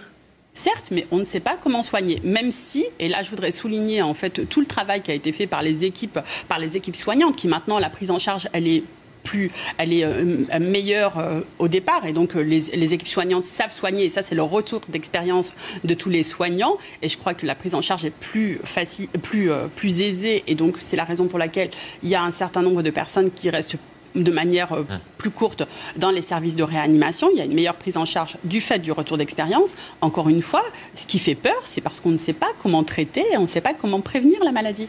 Sauf qu'encore une fois, le taux de mortalité est très largement... Juste rappeler que ce n'est pas le taux de mortalité, mais le taux de létalité. Et c'est 2 choses différentes. Vous pouvez nous rappeler la différence, comme ça ce sera clair une bonne fois pour toutes, pour moi et pour tous les gens qui nous regardent. Le taux de létalité, c'est le nombre de morts par rapport à la maladie, la maladie, le Covid-19. Le taux de mortalité, c'est le taux de morts sur la population, sur l'ensemble des maladies. Professeur Cohen. J'avais pas tout à fait, j'ai pas eu la même lecture ou écriture de moi, je me dis, les gens qui nous regardent et qui sont là avec ce discours alarmiste depuis des semaines et qui écoutent le professeur Raoult, là, pour le coup, sont encore une fois plus perdus que jamais. Revenir encore à l'idée que c'est aussi bénin. La grippe n'est pas toujours bénigne, loin de là, il l'a rappelé. Donc, que aussi bénin que la grippe, je crois qu'il ne faut pas revenir dans là, aujourd'hui, ce qu'on a... Pas pire que la grippe, je prends les mots du professeur Raoult. Où l'idée qui est importante, c'est qu'on a changé de paire de lunettes pour suivre cette épidémie. Avant, on avait une paire de lunettes où on ne voyait rien, puisqu'on ne testait pas. Maintenant, on a une paire de lunettes où on teste. On voit que plus on augmente les tests, plus il y a de cas. Donc ça peut être très rassurant. Mais de l'autre côté, on s'aperçoit que le pourcentage de tests positifs, quand ils sont augmentés, augmente. Donc ça, c'est inquiétant. Donc il y a des signaux positifs et il y a des signaux négatifs. Un autre signal positif, c'est le fait qu'il y a relativement peu de patients encore qui sont hospitalisés ou qui sont en réanimation. Il y a quand même des bruits dans la région parisienne d'une augmentation des bruits, je ne sais pas, des faux bruits. C'est des. La Pitié-Salpêtrière, par exemple, hier, c'était 8 lits en réa. Et ben on va y aller dans un instant. Donc, c'est pas complètement rassurant. C'est un virus comme les autres, entre guillemets, c'est un virus respiratoire.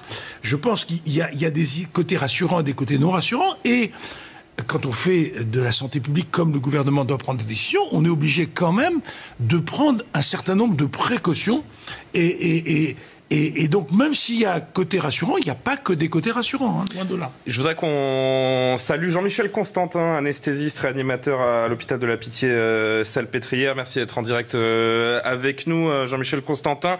Ouais. Cet appel au calme de Didier Raoult, comment est-ce que vous l'entendez, vous qui accueillez les malades en réanimation ? Alors, cet appel au calme me semble très bienvenu. On n'avait plus vu le professeur Raoult depuis quelques semaines. J'ai trouvé qu'on avait retrouvé l'homme de science et c'est bien. L'appel au calme, il est important. Le calme ne veut pas dire l'absence d'anticipation, l'absence de préparation. Et oui, la létalité globale est pas très différente de celle de la grippe. C'est quelque chose qu'on dit depuis le tout début. Ce qu'on n'avait pas vu, c'est l'immense taux de contamination. Et on arrive quand même pas très loin de 800 000 décès au niveau mondial. Un nombre de cas qui est très important, et c'est plus ça qui est embêtant. Et en plus, si on analyse un petit peu les chiffres à l'intérieur de la population, chez les plus de 60 ans, pour peu qu'ils aient d'autres comorbidités, on a quand même une mortalité qui est importante. Donc le fait d'appeler au calme, ça ne veut pas dire qu'il ne faut pas respecter des mesures barrières et qu'il ne faut pas prévoir une réascension de l'épidémie qu'on est un peu en train de voir arriver d'ailleurs. Mais c'est une maladie virale comme une autre, elle n'est pas pire que la grippe, nous dit le professeur Raoult. Donc forcément, très honnêtement, pour les gens comme moi, qui ne sont pas médecins ou scientifiques, ça apporte une nouvelle confusion. Le gouvernement d'un côté me dit qu'il faut que je porte le masque obligatoirement à l'extérieur et à l'intérieur. Le professeur Raoult me dit qu'il faut que je reste calme, que ce masque n'est pas la panacée et qu'il faut rappeler que ce n'est pas pire de la grippe et que c'est une maladie virale comme une autre. Comment se positionner quand on entend ces deux sons de cloche? Mais ces sons de cloche ne sont, une fois de plus, pas différents. Regardez les décès qu'on a eus en France depuis le début de l'épidémie. C'est essentiellement une population à risque qui n'est pas la vôtre. Si vous avez des doutes sur ce qu'il faut faire, effectivement, vous n'avez pas l'air d'être à risque. Hein. Vous n'êtes ni en surpoids, vous n'avez pas plus de 65 ans, vous n'avez pas l'air hyper tendu. Donc, vous n'êtes probablement pas dans le scope de ceux qui sont à risque. Non, mais c'est... Oui, je fais de la prédiction. Je crois que l'appel à limiter la contagion et donc à porter le masque dans les lieux clos et à respecter les gestes barrières, c'est pour éviter qu'on ait une réascension trop importante de l'épidémie et que de nouveau on contamine des personnes à risque. Merci beaucoup Jean-Michel Constantin. Vous restez avec nous, vous participez au débat. Je voudrais qu'on prenne la direction de Marseille, retrouver Laurence Ferrari qui vient de conclure cet entretien avec le professeur Raoult. On a envie d'avoir vos impressions évidemment Laurence. Vous n'avez pas eu le droit à la leçon du professeur Raoult, mais en revanche une pédagogie assénée avec calme. Il a répondu à toutes les questions sans ce petit air peut-être narquois supérieur qu'on a pu lui affubler ces dernières interviews. Comment l'avez-vous trouvé et qu'est-ce que vous retenez de cette interview, Laurence ? Mais écoutez, Julien, le but, c'était vraiment, et moi, ma volonté et celle de CNews, je crois, c'était de faire de la pédagogie. On est à la fin de l'été, les gens sont super inquiets pour la rentrée des enfants, la rentrée dans les entreprises. Donc, c'était pas le moment de faire un duel et, en gros, de le provoquer. L'idée, c'est d'entendre son message. Ce qu'il a à nous dire, le professeur Raoult, c'est le plus éminent spécialiste en matière de maladies infectieuses. Donc, quand même, il fallait lui laisser du temps et je crois que c'est le choix qu'on a fait à CNews. Il voulait dédramatiser la situation. Moi, je l'ai vu hier rapidement pour préparer l'entretien et c'est ce qu'il m'a dit. Il faut arrêter de faire peur. Et parce que la peur génère plus en fait de problèmes que la maladie elle-même. Donc je crois que c'était le but de cette prise de parole aujourd'hui, dédramatiser la situation. On a fait le point sur les masques. Ok, voilà, on n'a pas de preuves scientifiques que ça protège à 100%, mais il n'y a pas de protection à 100%. On a parlé des vaccins, vous l'avez entendu, avec une prise de parole assez intéressante. Il n'est pas anti-vaccin. Il recommande d'ailleurs les vaccins contre la varicelle, la grippe pour les enfants ou encore les gastro-entérites. Mais ce vaccin-là, il ne sait pas, encore une fois, s'il aura une efficacité à 100%. Donc il y avait des choses assez intéressantes. Le tabac aussi, j'imagine que ça va réagir sur votre plateau à propos de ce qu'il dit sur le tabac, qu'on ait censuré des articles qui montraient que le tabac protège du Covid, ne protège pas du cancer du poumon, je le rappelle encore et toujours, hein, c'est 75 000 décès par an liés au tabac dans notre pays, donc c'est un fléau absolu. Mais il y a peut-être une piste de recherche à aller chercher du côté de cette molécule du tabac, les traitements. Alors vous avez entendu évidemment sur l'hydroxychloroquine, il dit mais qu'on me prouve que autre chose marche mieux. C'est pas le cas, ça marche ici à Marseille, ça marche à Garches dans le service du professeur Perron. Il ne comprend pas pourquoi il y a eu cette telle levée de bouclier face à ce traitement qu'il utilise ici tous les jours. Là je suis à 100 mètres encore une fois de la file d'attente des gens qui viennent se faire dépister et qui ont confiance dans le professeur Raoult. Il y a la question des tests, il dit voilà, ils sont pas forcément fiables, mais il faut le faire tester. Et puis il y a la question de l'immunité des enfants. Donc voilà, je crois qu'on a essayé de faire un exercice de pédagogie. J'espère qu'on y a réussi. Les téléspectateurs nous le diront. Et qu'on a posé un certain nombre de pierres pour le débat à venir. Voilà. Et puis surtout, il ne faut pas paniquer. Il ne faut pas que les gens arrivent à la rentrée dans quelques jours dans un état de stress et d'angoisse absolue. C'est facteur de violence, c'est facteur de tension. Et je crois que la société n'en a pas besoin. Merci beaucoup Laurence Ferrari pour cet entretien plein de pédagogie donc qui nous a permis d'aller plus loin peut-être également sur ce sujet. Fatima Yani, c'est vrai que Laurence le rappelait il y a un instant, le professeur Raoult qui a insisté longuement sur cette peur qui est en train de paralyser nos compatriotes et qui est notre meilleur ennemi finalement. C'est vrai, en fait, la peur, elle est de différents niveaux. La première, c'est parce que, comme je l'ai indiqué tout à l'heure, il n'y a pas de traitement préventif et curatif. Et aussi parce qu'on a constaté quand même une certaine désorganisation au début de cette épidémie. Une désorganisation à tous les niveaux. À tous les niveaux, on a eu en fait une désorganisation au niveau des pouvoirs publics, en sachant pas qui est due à la peur, justement. Qui est due à la peur. Est-ce qu'elle n'est pas entretenue encore, cette peur? C'est ça, moi, la question que je me pose avec toutes ces mesures, ces déclarations, encore une fois, je me répète, du Conseil scientifique, du gouvernement. Les Français, cette peur, elle ne vient pas de nulle part. Alors, elle ne vient pas de nulle part parce que, en fait, le discours, il n'est pas clair. Quand vous avez un discours qui n'est pas cohérent, si on prend, par exemple, le nombre de personnes, si on prend le spectacle du Puy du Fou, on a autorisé 9000 personnes à un spectacle et qu'après, on vous dit qu'on interdit les rassemblements de plus de 10 personnes. Comment voulez-vous que nous puissions avoir une cohérence et qu'on puisse avoir confiance dans la parole publique? Le problème, c'est le discrédit de la parole publique. Et c'est ça sur lequel il faut travailler. Je crois que les scientifiques font leur travail de scientifique. Et ensuite, il y a les pouvoirs publics qui doivent s'emparer de ce travail scientifique et qui doivent créditer une certaine thèse. Et je crois que le problème, il est la perte de crédit de la parole publique. Et c'est ça qu'il faut retrouver et redonner la confiance aux Françaises et aux Français sur ce sujet-là. Et avoir de la clarté et de la cohérence dans les différentes dispositions que l'on prend. Et c'est ça ce que l'on demande. Il y a une thèse qui est quelque part... Alors Florian, je vous laisse aborder pour qu'on passe au masque ensuite. C'est très intéressant ce que vous dites parce que effectivement, non mais il y avait déjà un discrédit de la parole politique bien avant cette crise sanitaire et c'est d'ailleurs pour cela que l'exécutif a tenté de s'appuyer sur des recommandations scientifiques pour tenter justement de justifier son action durant cette crise sanitaire.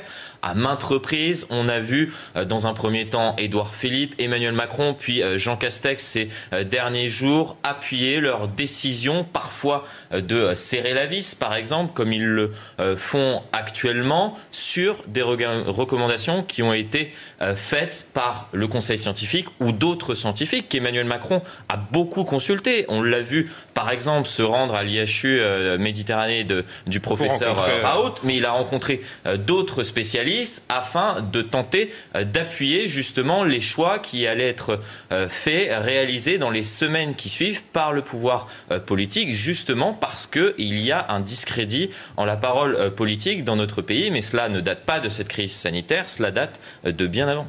Professeur Cohen. Oui, je crois qu'il faut distinguer de temps en temps les avis du Conseil scientifique et les décisions politiques.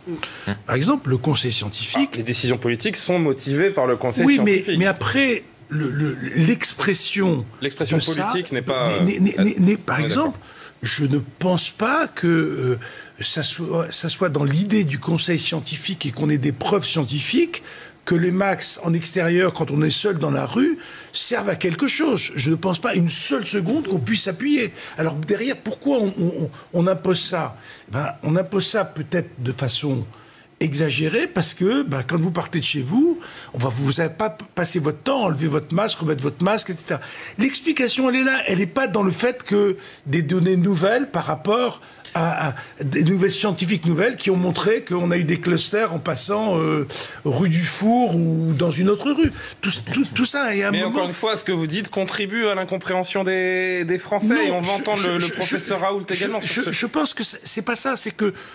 Parce que d'un côté, le gouvernement communique, encore une fois, hier, la ministre du Travail qui convoque les syndicats et les représentants sociaux pour imposer le masque en entreprise. Depuis quelques jours, les grandes villes de France imposent le masque en extérieur. Et nos scientifiques nous disent, mais c'est pas justifié, à la rue du Four, on n'attrape pas le Covid. C'est pas ça ce que je dis. Ce que je dis, c'est que l'explication du masque large, c'est qu'on ne peut pas passer son temps à enlever et mettre son masque. C'est au lieu de dire on met partout parce que vous risquez partout, ce qui est complètement faux, d'accord ? Mais on le met partout parce que dans votre parcours de la journée, du 15 au 25 de cette rue, il faut mettre un masque. Et comme ça a été fait au départ, et les gens ne comprenaient plus rien. Moi, ce que je pense, c'est que l'explication derrière qui manque sur la décision et pas tout à coup que le risque est changé de façon considérable. Parlons-en de ces masques. Le masque protège-t-il vraiment contre le Covid-19 ? Écoutez la réponse du professeur Raoult, on continue d'en parler. Le masque protège les gens dans le domaine du soin. Pour le reste, rien n'est clair, rien n'a été démontré sur le plan de la transmission virale. Après, c'est une situation sur laquelle il y a une certaine complexité à répondre parce que le masque ne joue pas qu'un rôle physique de protection par voie respiratoire. Il joue un rôle de signal il y a une maladie contagieuse qui circule. La question qui découle de cette réponse, elle est très très simple. Est-ce qu'on a généralisé le port du masque pour apaiser la peur des Français ?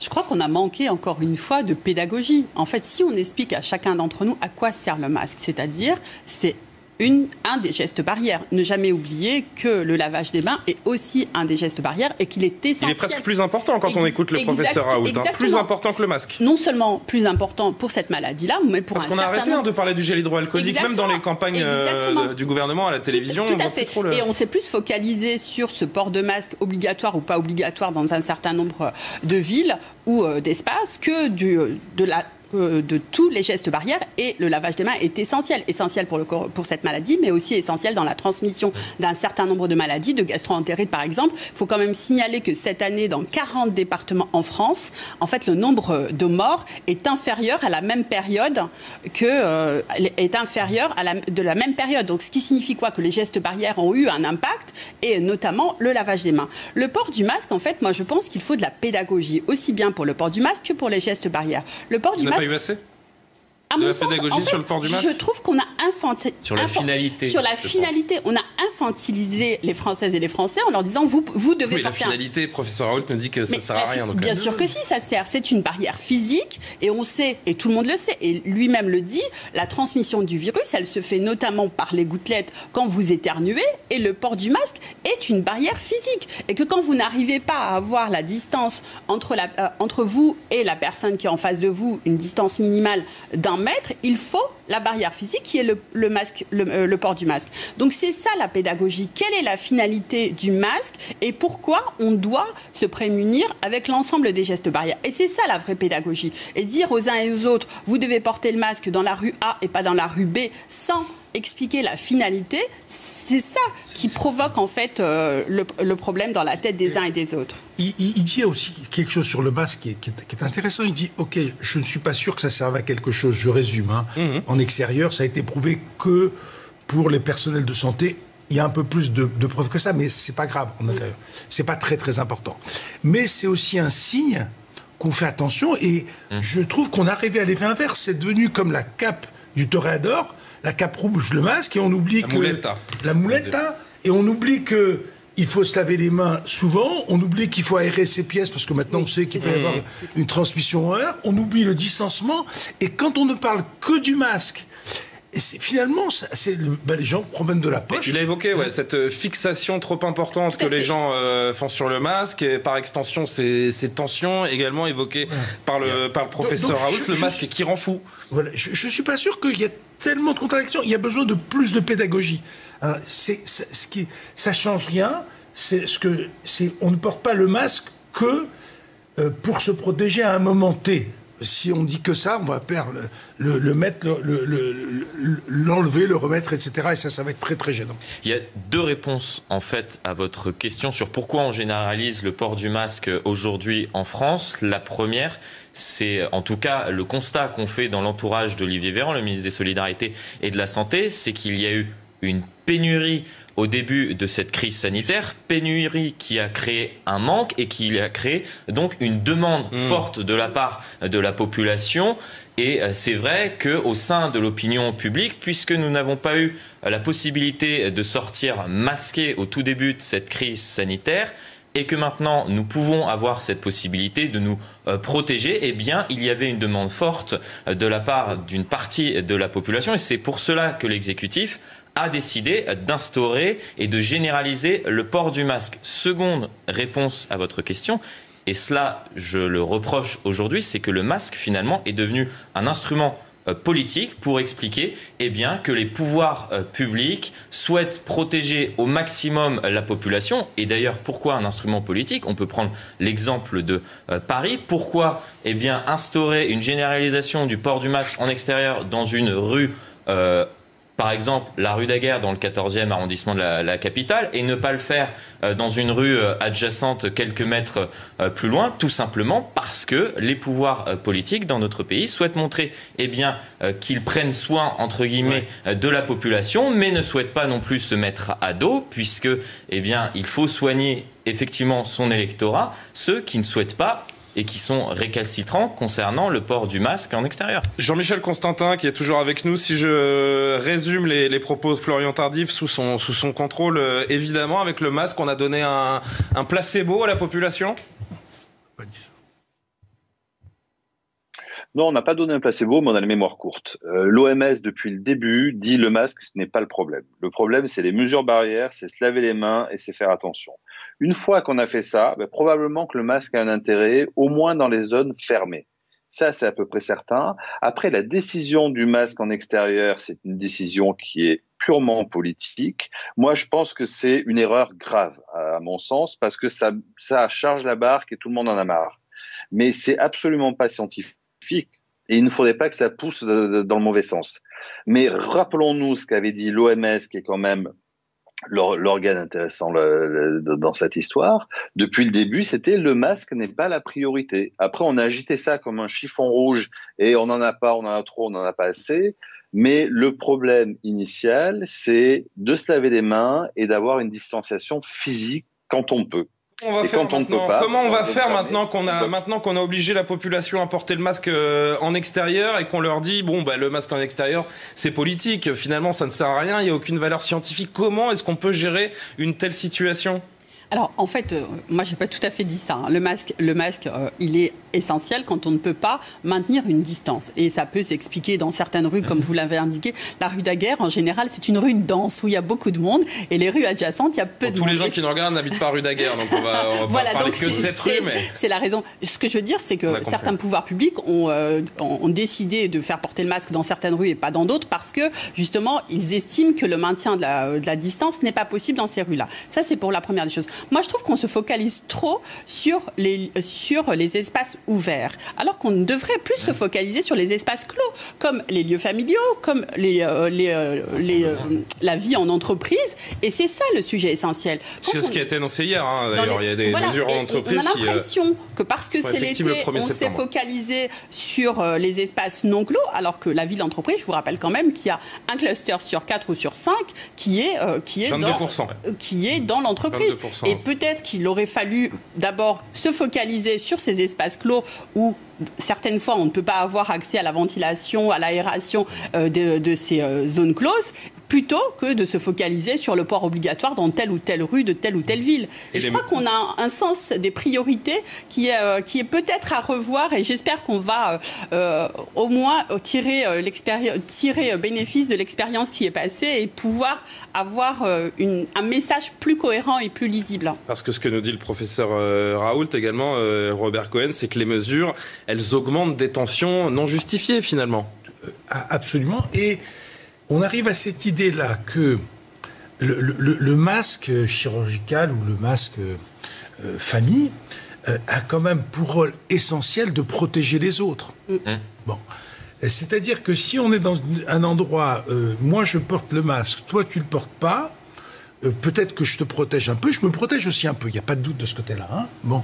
Mais c'est donc à un moment, dans les milieux clos où il y a beaucoup de monde, on ne peut pas maintenir la distanciation eh ben, il y a une cohérence à cette obligation. Et puis après, ça s'étend. Et moi, je voudrais insister sur un point. Il faut se rendre compte qu'on s'est installé sur la durée. Moi, je trouve des mesures aussi dures que ça, en sachant que, probablement, comme l'a dit Raoul, personne ne peut prévoir l'avenir. Mais ce qu'on sent bien, c'est que ça ne va pas s'arrêter, ni le mois prochain, ni le mois d'après, etc. Donc, et cette maladie, elle évolue également. On est incapable de dire ce qu'elle sera demain. D'ailleurs, tiens, je vous coupe juste pour entendre cet extrait d'interview sur cette maladie imprévisible qui n'est plus la même que celle que l'on a découverte il y a 6 mois. Écoutez-le. Plus vous testez, plus vous trouvez de cas, mais dans les cas qu'on trouve, on est en train de regarder, les cas, ce qu'on trouve maintenant et ce que l'on trouvait en février ou en mars, ça n'est plus la même maladie. D'accord ? C'est-à-dire, ce que l'on trouve maintenant, c'est des formes très bénignes. Voilà, pour cette maladie qui évolue. Et en effet, les mesures qui sont celles d'aujourd'hui ne seront peut-être pas celles de demain, alors que les mesures d'aujourd'hui ne sont pas forcément utiles avec la connaissance de la maladie qu'on a. C'est en cela, encore une fois, je me répète, mais qu'il y a une confusion qui est de plus en plus grande. Vous avez dit tout à l'heure qu'on connaissait beaucoup de choses sur ce virus. On a appris beaucoup de choses. Mais ce qui nous reste à apprendre, c'est encore beaucoup aussi. Faut pas... On est, je ne sais pas si on est à la moitié du chemin ou au tiers, mais il y a encore énormément de choses à apprendre. Et il faut qu'on arrive à l'idée que les connaissances scientifiques vont évoluer, en particulier le rôle de la transmission R qu'on subodorait un peu au départ, mais qui a augmenté, en particulier sur les variations des virus qui ont pu jouer un rôle aussi dans la transmissibilité, je ne parle pas dans la gravité de la maladie. Tout ça, il y a des choses qui évoluent et qui vont continuer à évoluer. On n'en a pas fini, il va falloir vivre avec et vivre de façon décente.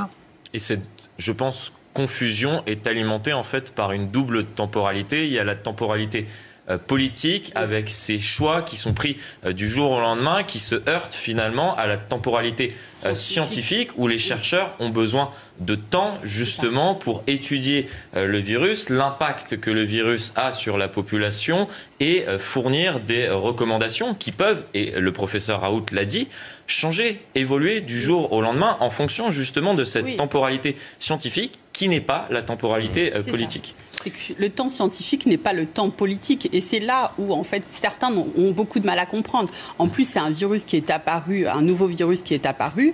Et en fait, les pouvoirs politiques demandent des réponses rapides. Et les scientifiques, en fait, comme vous l'avez indiqué, doivent faire des études. Les études sont longues et les temporalités ne sont pas les mêmes. Et c'est la raison pour laquelle, de temps en temps, il y a des confrontations entre le monde scientifique et le monde politique. Et ça, il faut l'avoir à l'esprit. Est-ce que l'erreur des scientifiques...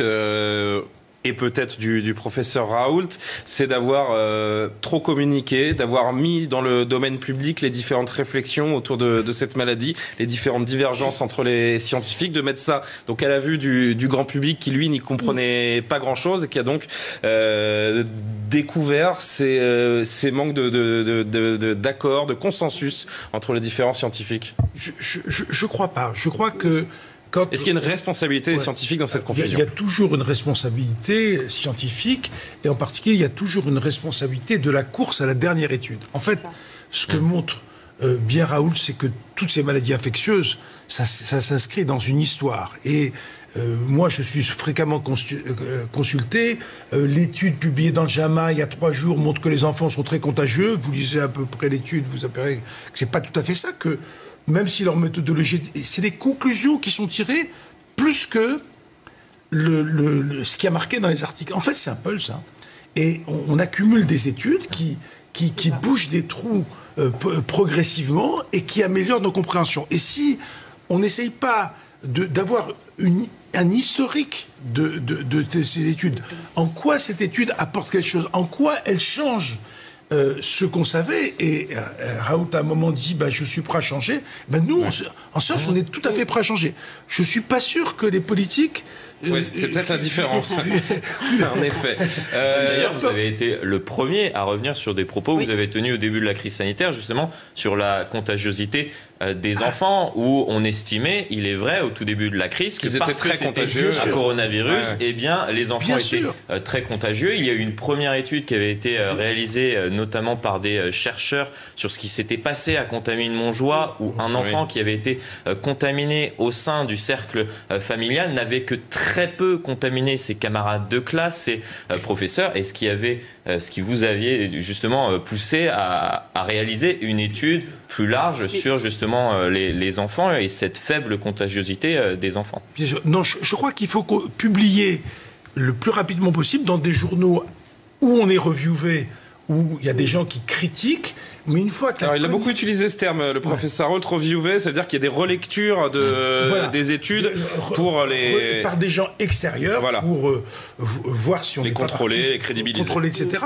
Bon, c'est pas toujours facile, on a vu qu'il y a un certain nombre d'erreurs, mais il y a toujours des erreurs, hein, donc on va pas...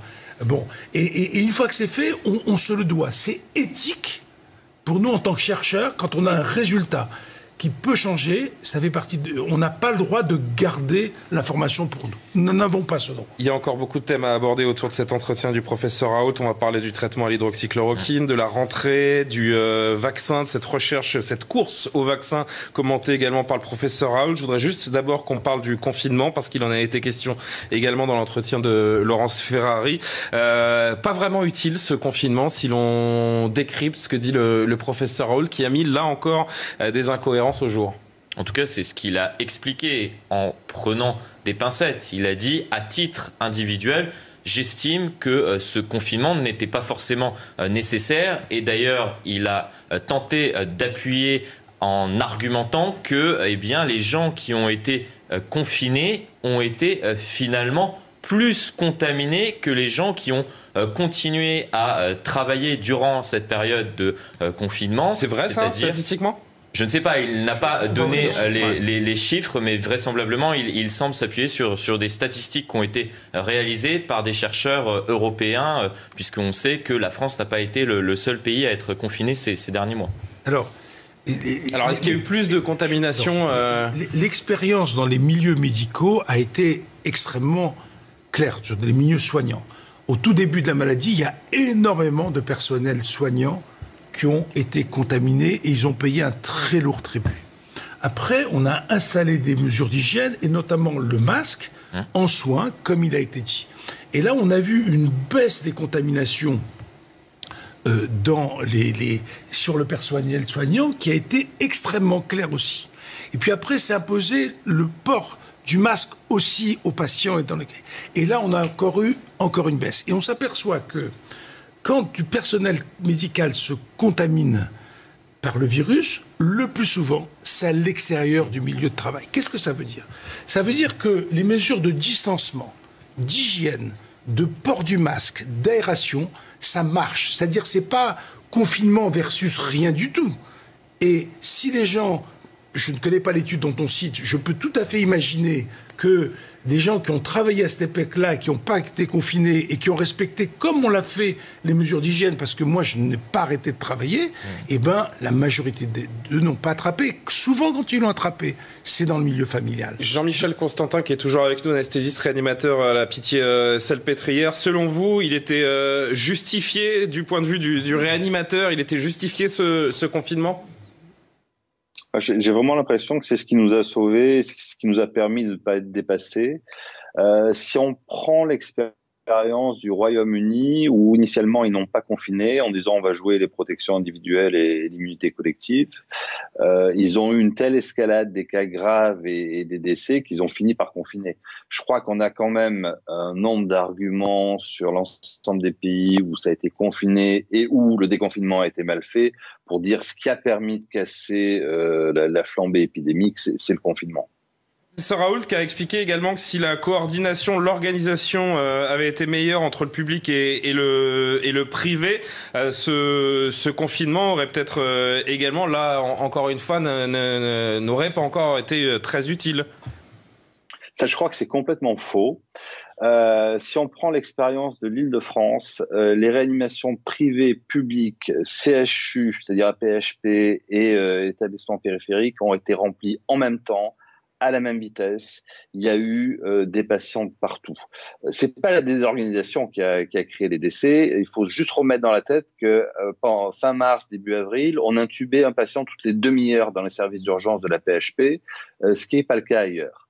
Qu'après, dans les zones où il y avait beaucoup moins de cas, effectivement, le privé s'est retrouvé un petit peu avec des services vides, c'est très probable. Mais on ne peut pas dire qu'il y a eu ce dysfonctionnement-là, au moins sur l'Île-de-France et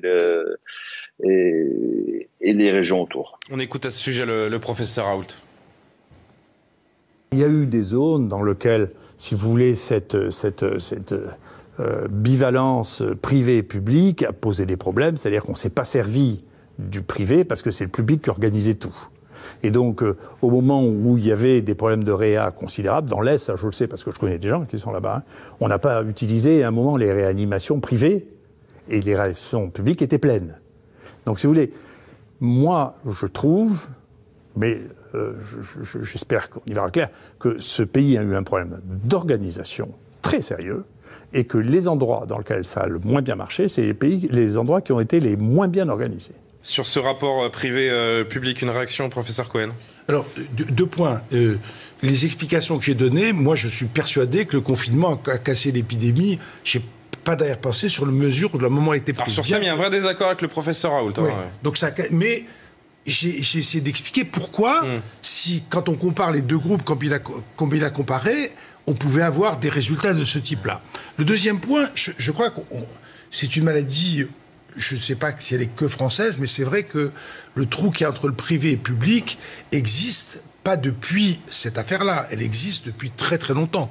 Rappelez-vous les campagnes de vaccination de la pandémie de 2009, où c'était seulement le secteur public qui avait le droit de vacciner, ce qui avait mis les médecins libéraux complètement... D'entendre que la relation au privé n'a pas fonctionné quand on a fait venir des hôpitaux de campagne par l'armée, là encore, ça paraît étonnant. On va dire qu'elle n'a pas fonctionné partout. C'est pas des... On est partout, quand même pas un petit pays. Oui, parce que Jean-Michel Constantin nous disait il y a un instant que ça a fonctionné. On n'est pas un immense pays, mais on n'est pas un petit pays. Donc tout ne s'est pas passé. Et ce que dit M. Constantin, c'est strictement la vérité. Ça a pu bien se passer dans des endroits et moins bien dans d'autres. Hein. Et même encore aujourd'hui, quand on a la moindre pénurie de vaccins, etc., c'est tout de suite réservé au public et on oublie complètement le privé. Ce trou existe toujours, hein, on est d'accord. Fatima Yadani, sur la justification du confinement.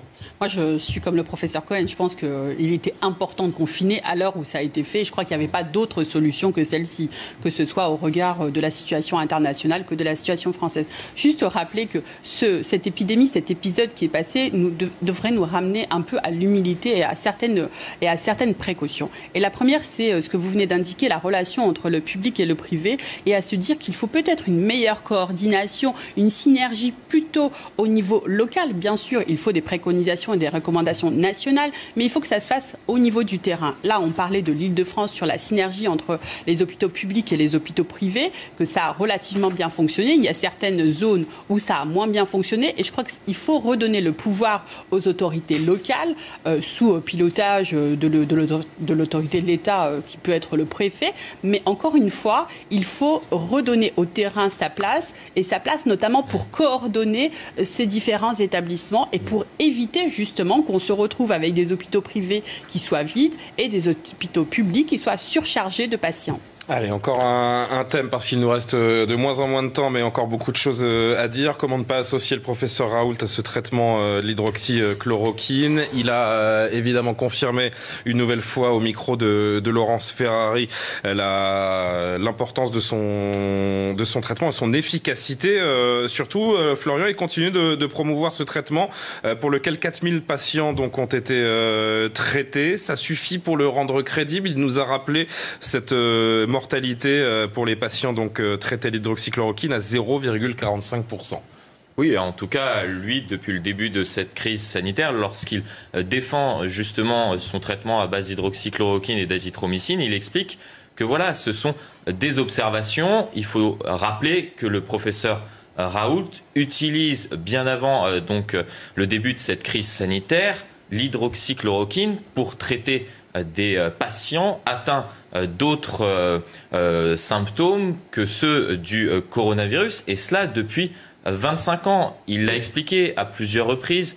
Je connais les conséquences de l'hydroxychloroquine, de l'azithromycine, comment cela marche. Je connais le dosage précis qu'il faut donner à certains patients.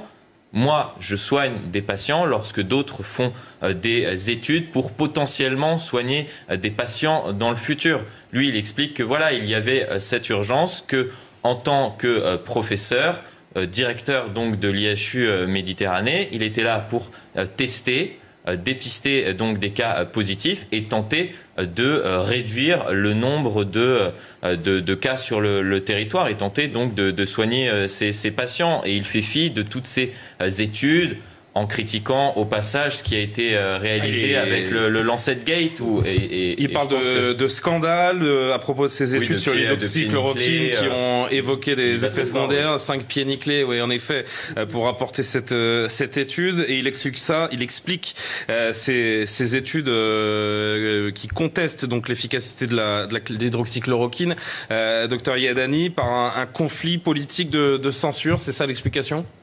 Alors, en France, en fait, la chloroquine, c'est un débat passionnel. On a les pour chloroquine et les contre la chloroquine. La chloroquine, c'est une molécule, et le professeur Raoult l'a bien expliqué. Elle est utilisée pour un certain nombre de traitements, et notamment de traitements de maladies inflammatoires et aussi pour le palu, puisque c'est un antipaludéen.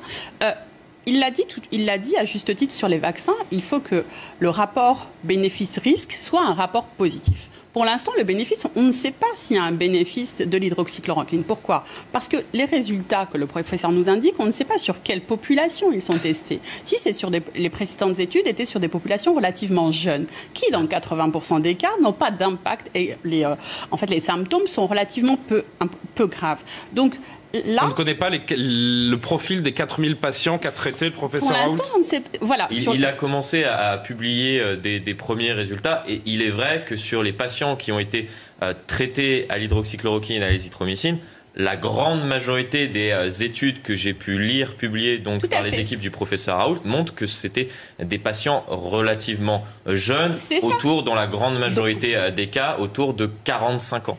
Et on sait très bien que les symptômes sévères, les conséquences sévères sont sur des populations de plus de 65 ans. Donc déjà, il y a un biais par rapport à ça. Donc le bénéfice, on ne le connaît pas.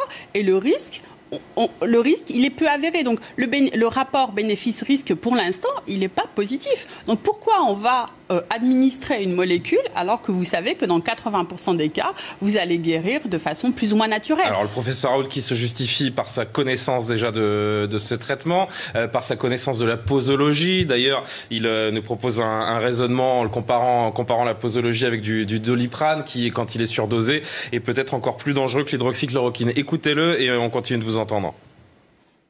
Le Doliprane, ça tue 100 fois plus que l'hydroxychloroquine quand même, il faut être sérieux. C'est la première cause de suicide utilisée, le Doliprane. Donc c'est la première cause d'intoxication médicamenteuse au monde, le Doliprane. D'accord, ça fout des insuffisances hépatiques terribles. La plupart des gens qui sont morts de chikungunya à La Réunion sont morts à cause du Doliprane. C'est un truc qui foutait des douleurs épouvantables, qui durait longtemps. Et la différence entre la dose thérapeutique et la dose toxique pour le Doliprane est extrêmement basse. Personnellement, je trouve que ça ne devrait être prescrit que sur ordonnance. D'accord. C'est infiniment plus dangereux que l'hydroxychloroquine. Sur l'hydroxychloroquine, professeur Cohen. Je ne sais pas si c'est plus dangereux que la chloroquine, mais c'est clair que il vaut mieux prendre un comprimé d'hydroxychloroquine que 10 de Doliprane, si j'ai bien compris. Ça, oui, ça c'est clair. Oui. Ça c'est clair. Les intoxications aiguës au paracétamol sont une cause importante d'insuffisance hépatique et de décès. Donc là, c'est vraiment un problème de posologie. Et là encore, pour rejoindre ce que dit le professeur Raoult, c'est que les médicaments, ça s'utilise à la dose. Ça doit être utilisé, et si on augmente les doses, on peut avoir un certain degré de toxicité pour le paracétamol, c'est vrai. Mais rappelez-vous que qui n'a pas pris le paracétamol? Là, on n'est plus en milliards de prescriptions, on est donc c'est assez cohérent que ce soit. Mais néanmoins, le rapport qu'il fait est exact. Un médicament qui n'est pas utilisé à sa bonne dose, ça peut être. Je pense que vraiment cette idée de poser je soigne avec la recherche, moi me gêne, parce qu'il fait tout le temps de la recherche, et pour le vaccin, il dit bien, mais il va falloir des études pour montrer que... Oui, c'est un peu fait ce que je dis, mais pas ce que je fais. Et qui montre que c'est efficace, et c'est très important, et que c'est bien toléré.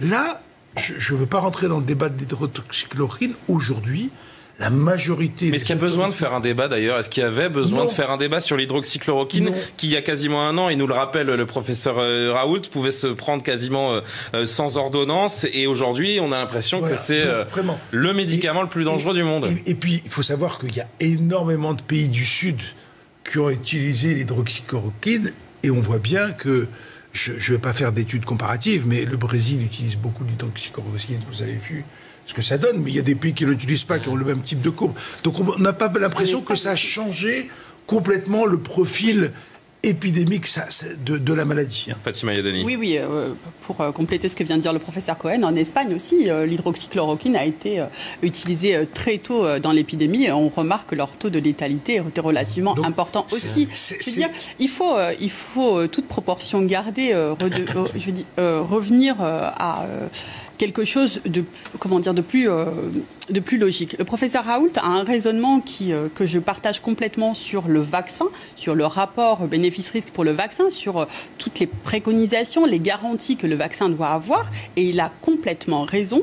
Et ce raisonnement, en fait, il ne le transpose pas pour l'usage de l'hydroxychloroquine. Et c'est là où on a un peu d'incohérence sur cette molécule. Encore une fois, je crois que c'est vraiment un débat passionnel en France sur cette molécule, et c'est ce qui fait qu'on a les pour et les contre, et que ça a un peu, c'est un peu devenu un débat anxiogène pour l'ensemble des Français. Il est presque l'heure de se quitter, mais on va évidemment débriefer tout au long de la journée dans nos différentes éditions cet entretien exclusif du professeur Raoult. Je voudrais juste profiter de la présence encore avec nous de Jean-Michel Constantin, peut-être pour faire un point, vous qui êtes anesthésiste, réanimateur à la Pitié-Salpêtrière. On parle depuis plusieurs semaines de cette résurgence des contaminations. Les cas augmentent de jour en jour. Quel est l'état des services de réanimation? Êtes-vous inquiet pour les semaines qui viennent? On n'est pas inquiet, mais on note de façon évidente une augmentation du nombre de cas en réanimation. Donc, c'est pas très important. Là, on est sur le groupe hospitalier, on est à 15 patients. On était à 350 patients fin mars. Donc, vous voyez, il n'y a pas de comparaison possible. Mais on était aussi à 0 nouveaux cas fin juin. Donc, on a passé l'été à se préparer pour avoir une réponse adaptée. C'est pas de l'inquiétude, c'est si le nombre de cas augmente, ce qui est possible, on fera ce qu'il faut pour s'en occuper. Merci beaucoup de nous avoir répondu, Jean-Michel Constantin. Je remercie Fatima Yadani d'avoir été avec nous en plateau, le professeur Robert Cohen et Florian